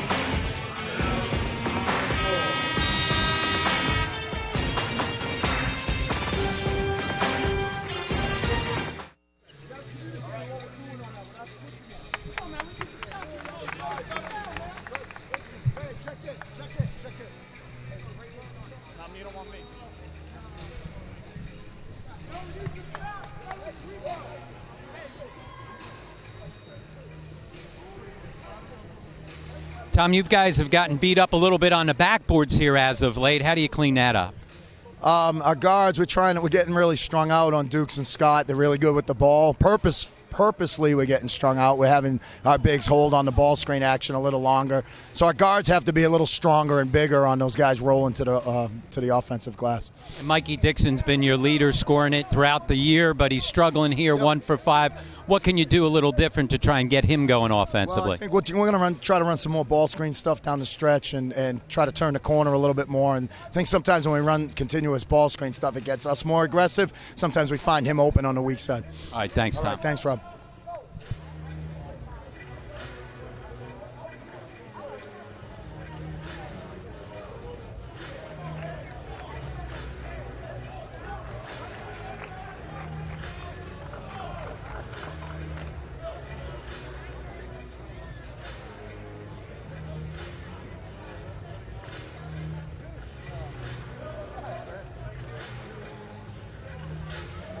Niagara with a 5-point lead. Let's now get the thoughts of Bobcats head coach Tom Moore. Tom, you guys have gotten beat up a little bit on the backboards here as of late. How do you clean that up? Our guards, we're getting really strung out on Dukes and Scott. They're really good with the ball. Purposely, we're getting strung out. We're having our bigs hold on the ball screen action a little longer. So our guards have to be a little stronger and bigger on those guys rolling to the offensive glass. And Mikey Dixon's been your leader, scoring it throughout the year, but he's struggling here, 1 for 5. What can you do a little different to try and get him going offensively? Well, I think we're going to try to run some more ball screen stuff down the stretch and try to turn the corner a little bit more. And I think sometimes when we run continuous ball screen stuff, it gets us more aggressive. Sometimes we find him open on the weak side. All right, thanks, Tom. All right, thanks, Rob. NCAA March Madness heads back to Buffalo later this month, March 16th and 18th, and you can be there to share the experience with your family and friends. Visit ncaa.com/MBB tickets for ticket and hospitality options. That is Western New York, about 4 hours from here, where we sit in the capital region.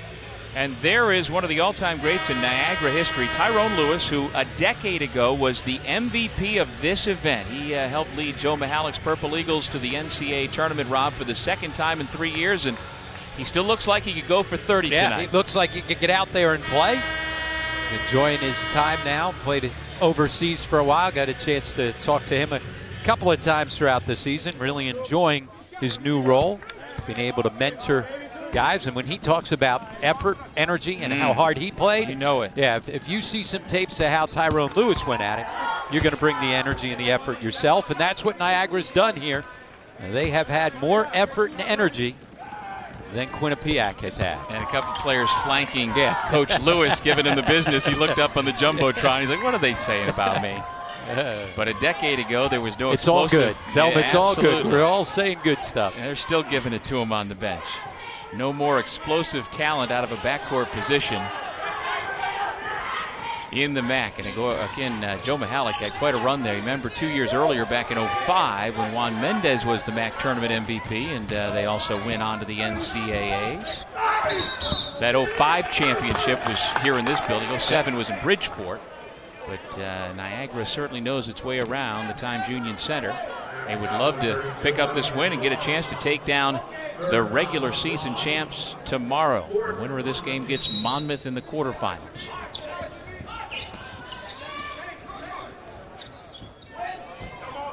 Well, here's Mikey Dixon. What'd you take from what Coach told you about trying to get Dixon going? Well, I like the idea of putting him in high ball screens and get him attacking and getting into the basket against the zone there.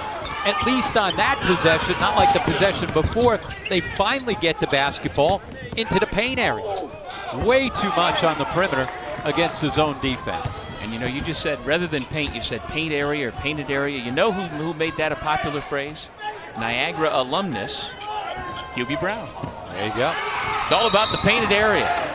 Peter Kiss on the grab. Prochet asking for a intentional foul. Not going to get it. Right, when did it become the painted area? So the paint was okay, the lane was okay, now it's the painted area. There it is, not even painted here in this building. It's clear.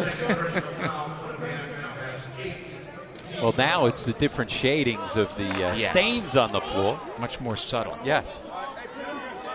You know what, Alan Cheegan. Before long, we'll have to call it the stained area. Stained area, right, and then they'll change it again, they go back to painting it.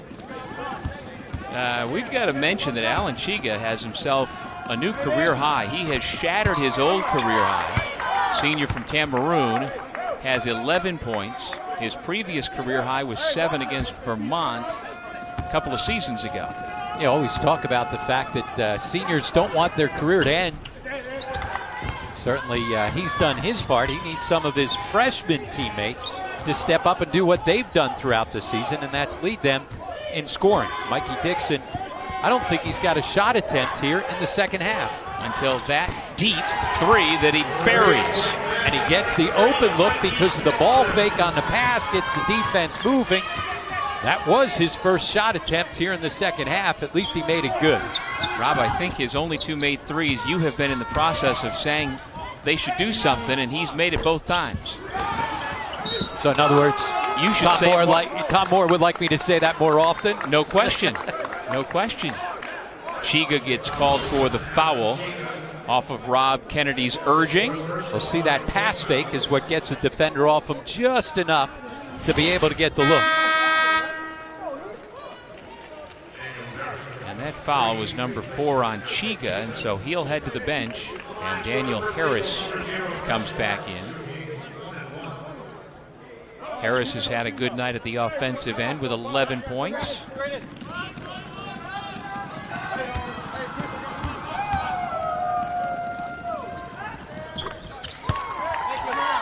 And Barton has provided a nice spark, especially here in the second half. The youngest child of Tanisha and Chris Barton in the Detroit area.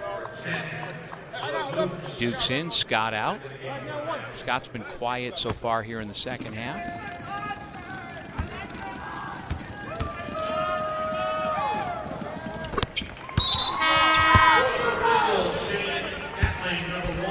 Shane Gatling returns. Barton goes out.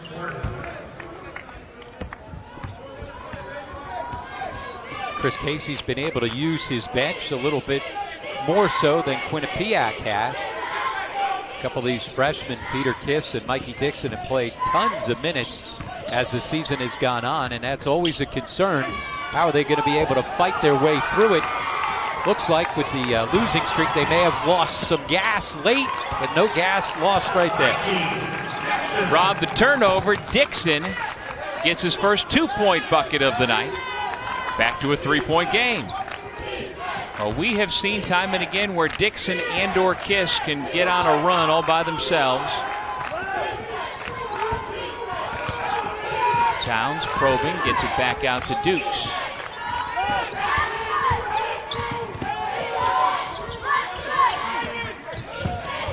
Rob has a mismatch, but they can't get it to him. Towns, as the buzzer sounded, Rob on the rebound. Dukes back to Towns, same spot. Second time's a charm. Now Dukes is not feeling it from 3, so he's smart about it. Show the basketball, make the extra pass, and with plenty of time to spot it up, they get it in.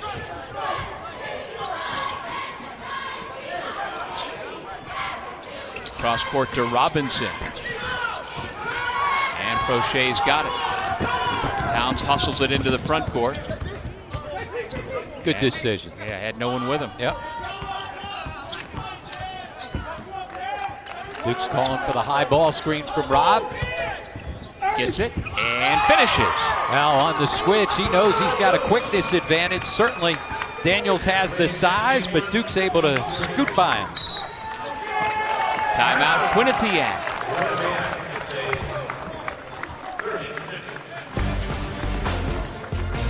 We'll step away from the Times Union Center. Niagara looking to punch its ticket into the MAAC quarterfinals.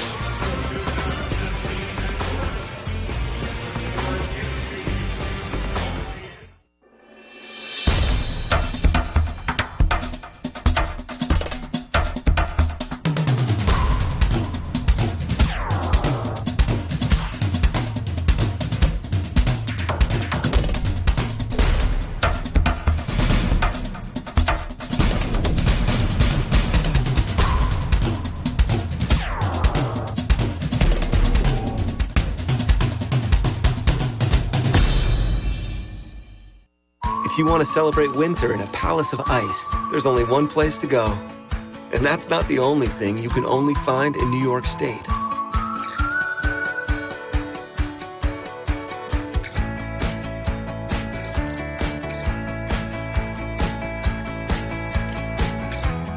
You can find it all, only in New York. New York, it's all here, it's only here. Plan your winter getaway at iloveny.com. We are St. Peter's University, a place where students who are eager to learn are taught by people who care, on a campus designed for both to thrive.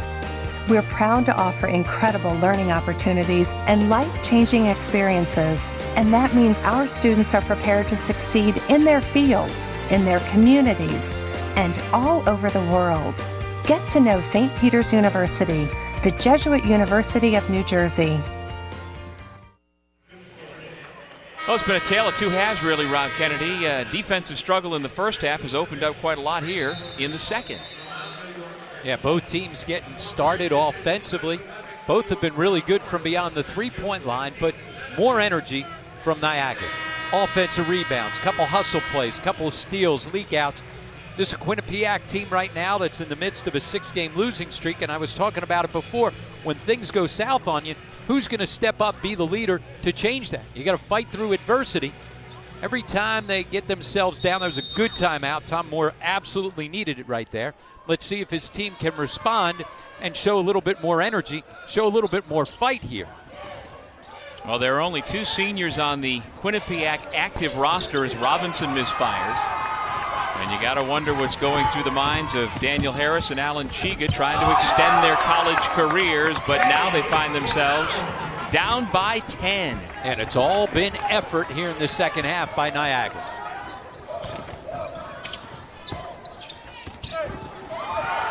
Winston missed the layup. Towns back the other way. And again, he waits for his teammates to join him.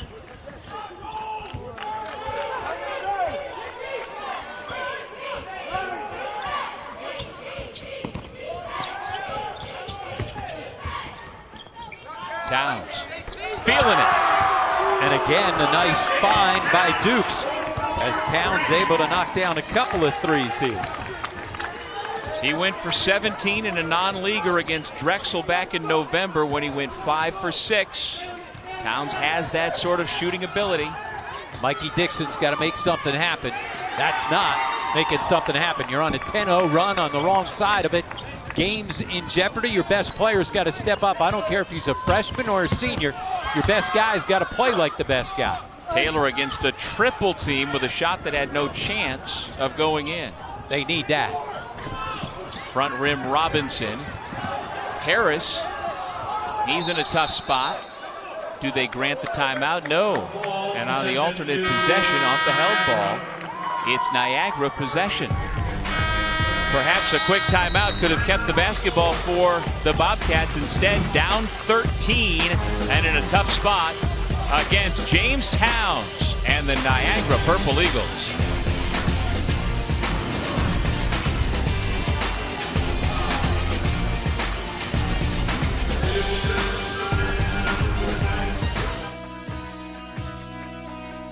We are MAAC.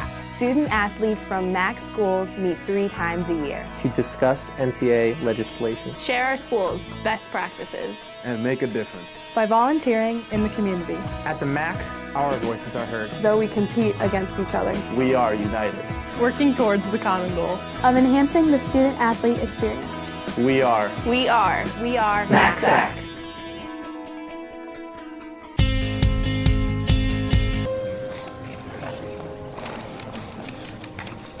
Oh, that's lovely. So graceful. The corkscrew spin, flawless. His signature move, the Flying Dutchman. Poetry in motion. And there it is, the baby bird. Breathtaking. A sumo wrestler figure skating? Surprising. What's not surprising? How much money Heather saved by switching to Geico. 15 minutes could save you 15% or more. There's a look at the MAAC Championships bracket on the men's side. This is the first of 3 first-round games being played tonight here in Albany. The only quarterfinal matchup that is already set is the 4-5 game, Saturday night, Siena and Fairfield. And Rob, we haven't talked about the inherent advantage for finishing either first or second in the regular season. It's shown there. Monmouth and St. Peter's get to play their quarterfinal games on Friday. And presuming they both win, they would then get a day off between the quarterfinal and their semifinal game. And I'm all for giving the regular season champion as well as the second place finisher any advantage that you can. You play 20 games throughout the regular season. I think there's got to be, besides seeding, there's got to be something else that you get when you have a great regular season. That inbounds pass hit the side of the backboard.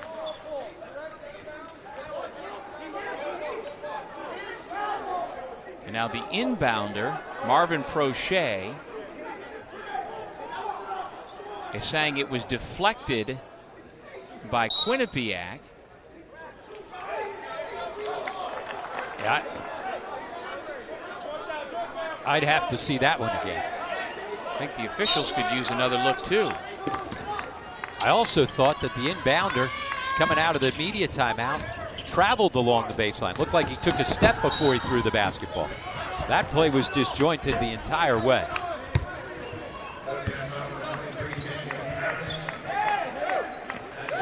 Fourth foul on Harris, and that is the 10th team foul against Quinnipiac here in the second half. So 2 free throws upcoming for the young man out of Henry Ford High School in Detroit, James Towns. He won a high school Class B Michigan State Championship last year, first in school history, after having lost in the finals the year before. And he's been a good offensive spark here as Niagara has now stretched this lead to 14.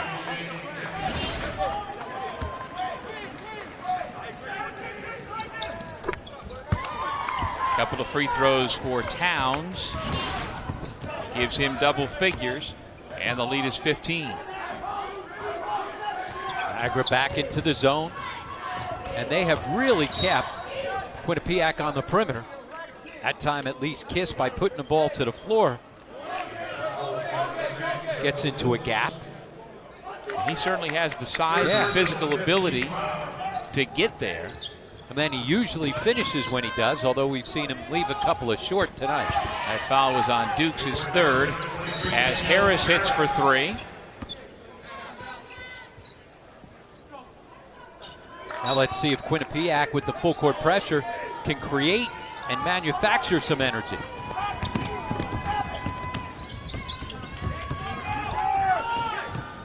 Towns alone again.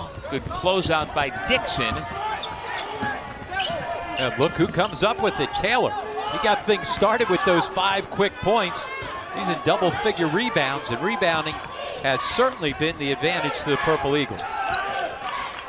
No reset of the shot clock on that air ball, so Towns has to go, and that he does. And Niagara has made good on those extra opportunities on the offensive glass. When was the last time, Doug, you saw a Quinnipiac team get out-rebounded by double figures on the backboards? Down 12 right now.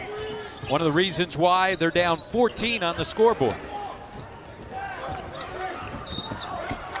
If that's on Chiga, that's his 5th. And he is staring at potentially the end of his college career. As you said earlier, Doug, he has a new career high. He gave him good effort, energy here tonight. Just didn't get enough from his teammates. And so unless his teammates can erase this 14-point deficit, Chiga has played his last game as a Bobcat.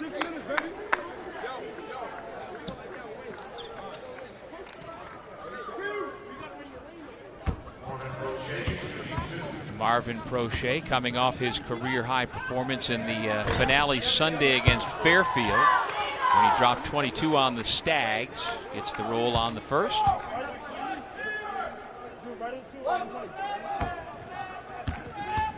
Out of high school power, Long Island Lutheran. Prochet's a Brooklyn native, couple of free throws. The lead is back to 16, and there is Chiga after having fouled out. 5.5 minutes to go. Towns called for the foul. He cut in front of Kiss and is called for the block.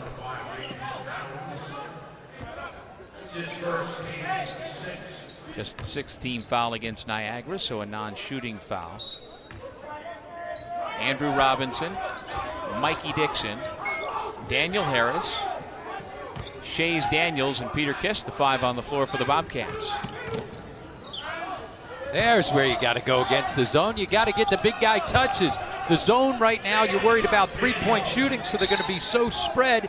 You got to get the ball into the high post or into the paint.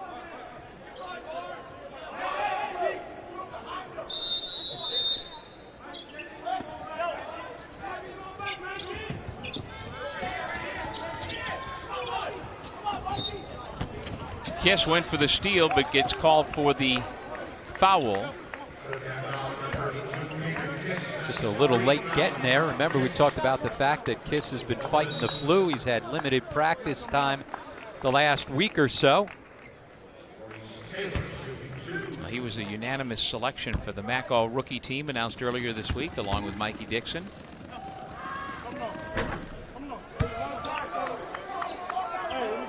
There's the 6'5" rookie from New York City. And ever since he joined the starting lineup back in late December, his numbers have gone up. His best performance points-wise, 23 against these Niagara Purple Eagles early last month.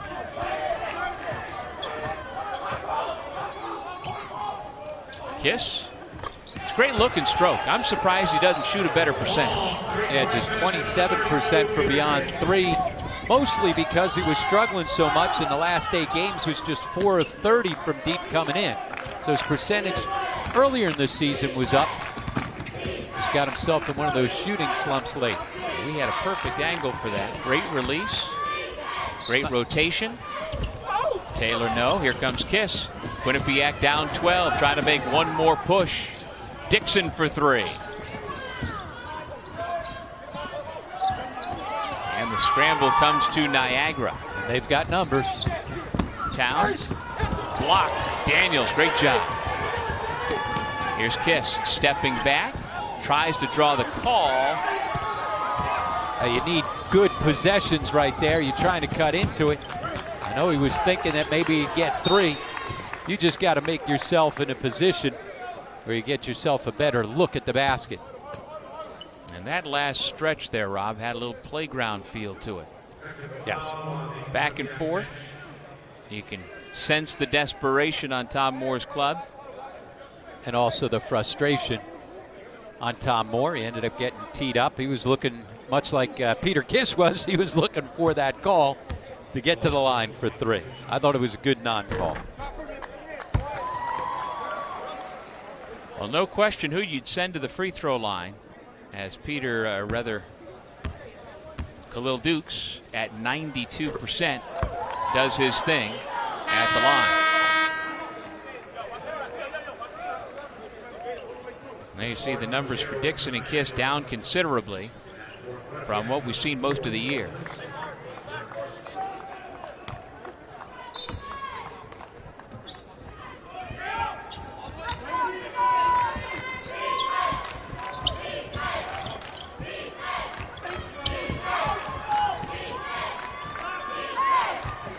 Scott finds the corner.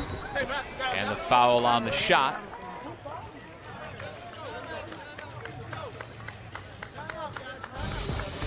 .352 to go in regulation. Niagara getting closer to a spot in the MAAC quarterfinals.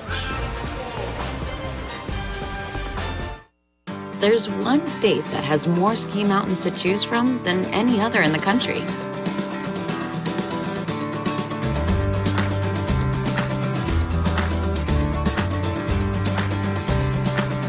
And that's not the only thing you can only find in New York State. You can find it all, only in New York. New York, it's all here. It's only here. Plan your winter getaway at iloveny.com. It's knowing that you will always compete against the best, while making you become the best that you can be. It's about joining a family with a storied history, where athletics and academics are held to the highest of standards. It's about creating the future leaders of tomorrow, all with the focus on one goal: graduation. It's the Metro Atlantic Athletic Conference.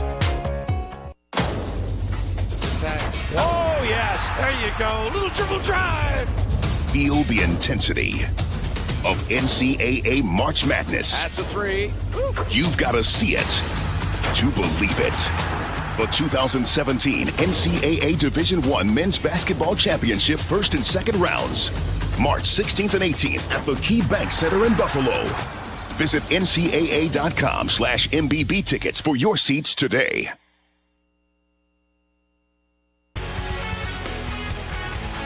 MAAC basketball is brought to you by Geico. I love New York. New York State. It's all here. It's only here. Visit iloveny.com. Life Storage. It's your life. Store it with care. And UHY, the leading choice for professional tax and business consulting services. UHY. Experience the next level of service.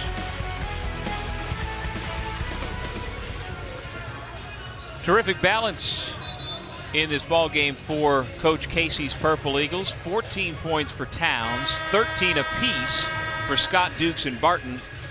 But then again, Rob, you and I keep coming back to Maurice Taylor. He's got 8 points, but the energy, 14 rebounds to lead the way for a Niagara team that has dominated the glass against these Bobcats. Yeah, plus 12, and that just shows you what kind of effort and energy that they've had, especially in the second half.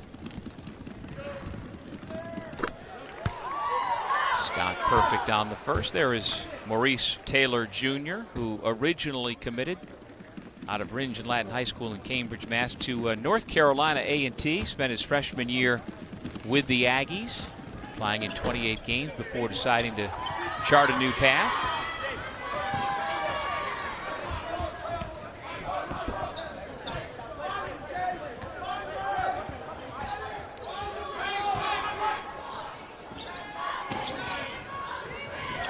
That pass from Dixon right to the hands of Scott, who bounces it up ahead. And the layup by Chris Barton. They've had really good scoring balance. A lot of different guys have contributed. Robinson. Dukes gets pushed to the floor, and that goes against Daniel Harris. And I believe that is his fifth personal. So both seniors on Quinnipiac's active roster done, both fouled out. Yeah, both guys, though, in double figures here in their last game. Yeah, Harris finishes with 14 points. And as mentioned, Chiga with a career-high 10.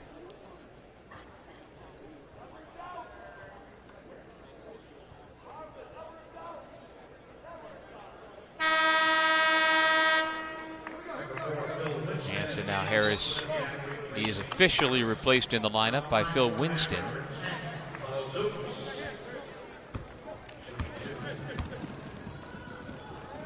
And Dukes shooting two. Now, he may have struggled from the field, just 3 of 14, but he's been perfect at the line. Make it 8 for 8. And So each of the trio that had 13 points a minute ago, Dukes, Scott, and Barton, they've all got 15. Robinson, he has not been able to get going tonight. Scott with the run out.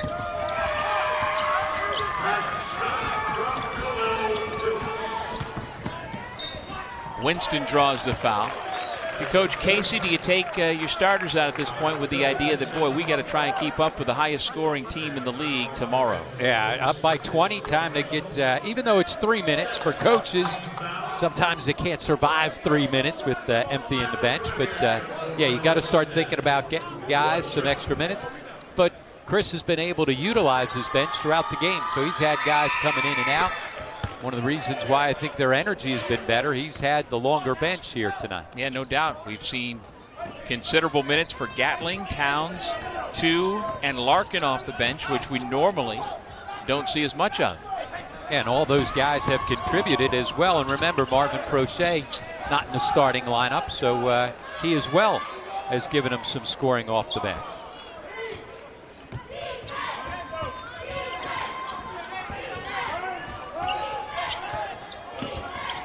Four to shoot. Dukes. Taylor and Winston tangled, and the foul goes against Niagara.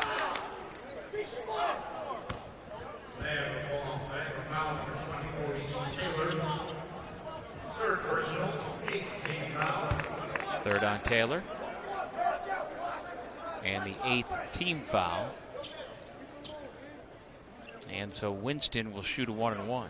Phil Winston, the junior from Lakewood, Washington, had been on quite a roll coming into the tournament. Last 5 games of the regular season, averaging nearly 11 per game. And until the last couple of minutes, they got no points from him.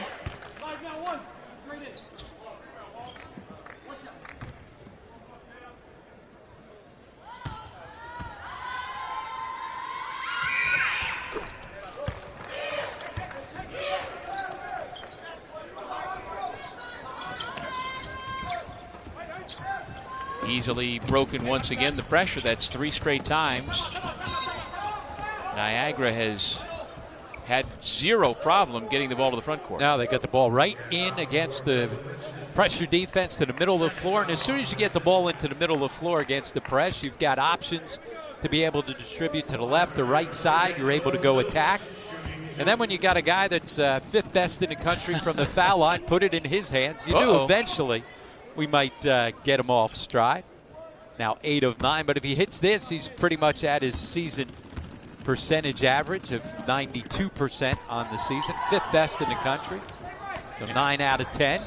Just, a ho-hum day for him. And again, he's on pace, Rob, to break the school record for single-season free throws that has stood since 1970 by Calvin Murphy. So again.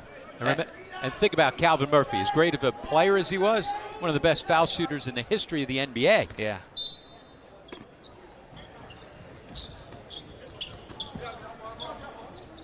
.2:15 to go.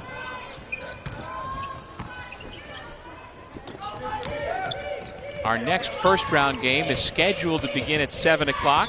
Obviously, we won't have that happen. Canisius and Marist will come up following the conclusion of this one. And then the nightcap will be Ryder against Manhattan.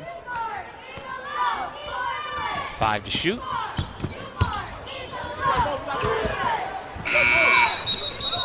That's where Taylor was a little too unselfish. He had caught the basketball right underneath the basket. You got to go up and score it instead.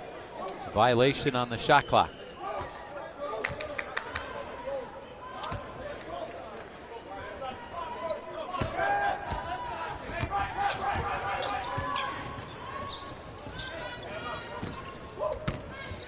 Daniels leans in. Ball tipped back to Winston. His pass goes out of bounds. Last to touch was Scott. And for Quinnipiac, certainly a tough way to end the season. This will be their 7th consecutive loss. And Tom Moore's team has had success throughout his 10-year tenure. And with those 2 freshman guards, though, it certainly gives you some hope they can build around both Mikey Dixon and Peter Kiss. They've got to find another big to go along with Shays Daniel inside. You add a couple of pieces, and this thing could turn around quickly for Quinnipiac because of those three guys who've been pretty consistent all season long.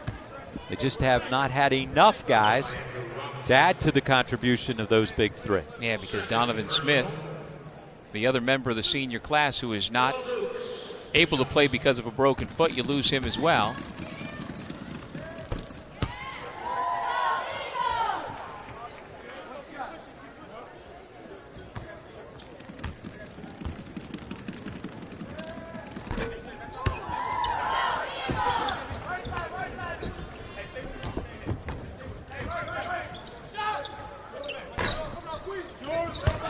Robinson gets the kiss, missed, and then lost it. 1 minute. Pressure broken over the top of his team. Scott will hold it on his hip.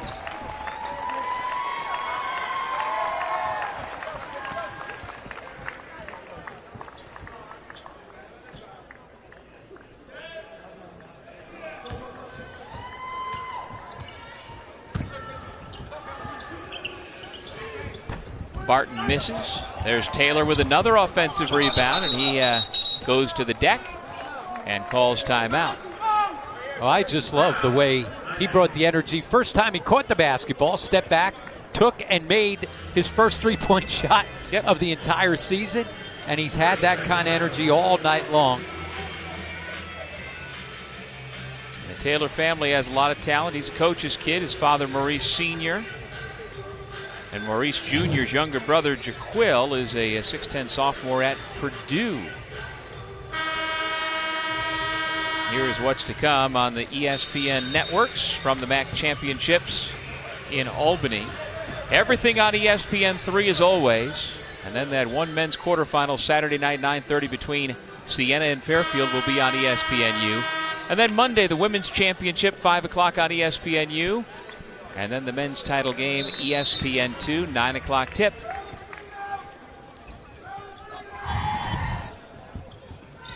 And we are 30 seconds away from having our field of 11 knocked down to 10. As Quinnipiac is on the verge of extinction for 2016-17.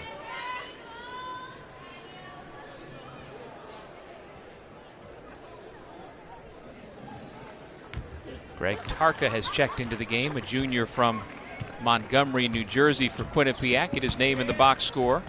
Cameron Young as well. Scott with the bucket.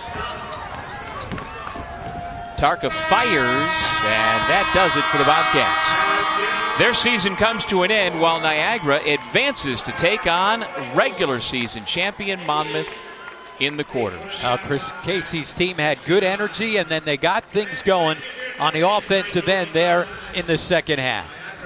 Had just 29 points at halftime, an offensive explosion for the Purple Eagles here in the second half. Great balance. Matt Scott led the way with 19 points. James Towns, a key 14 points off the bench. Niagara survives and advances. Back with our post-game report right after this.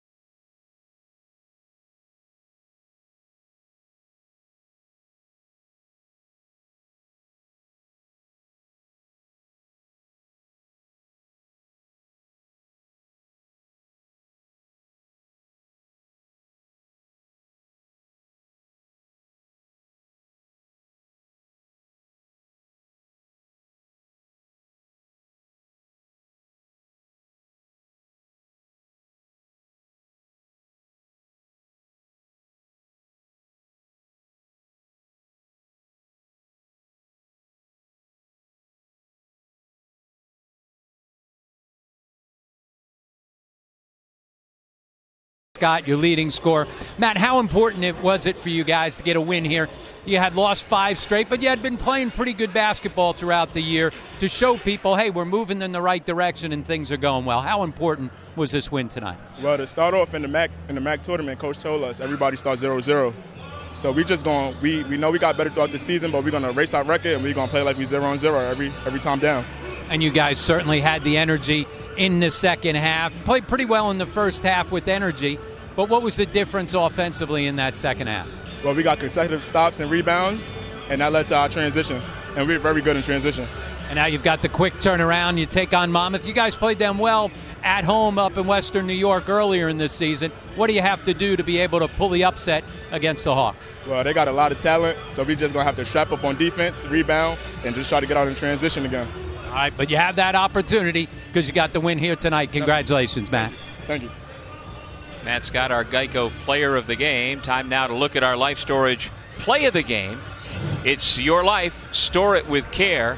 James Towns, the freshman, came off the bench with 14 points to help spark this huge 59-point second half to help Niagara post an 88-69 victory.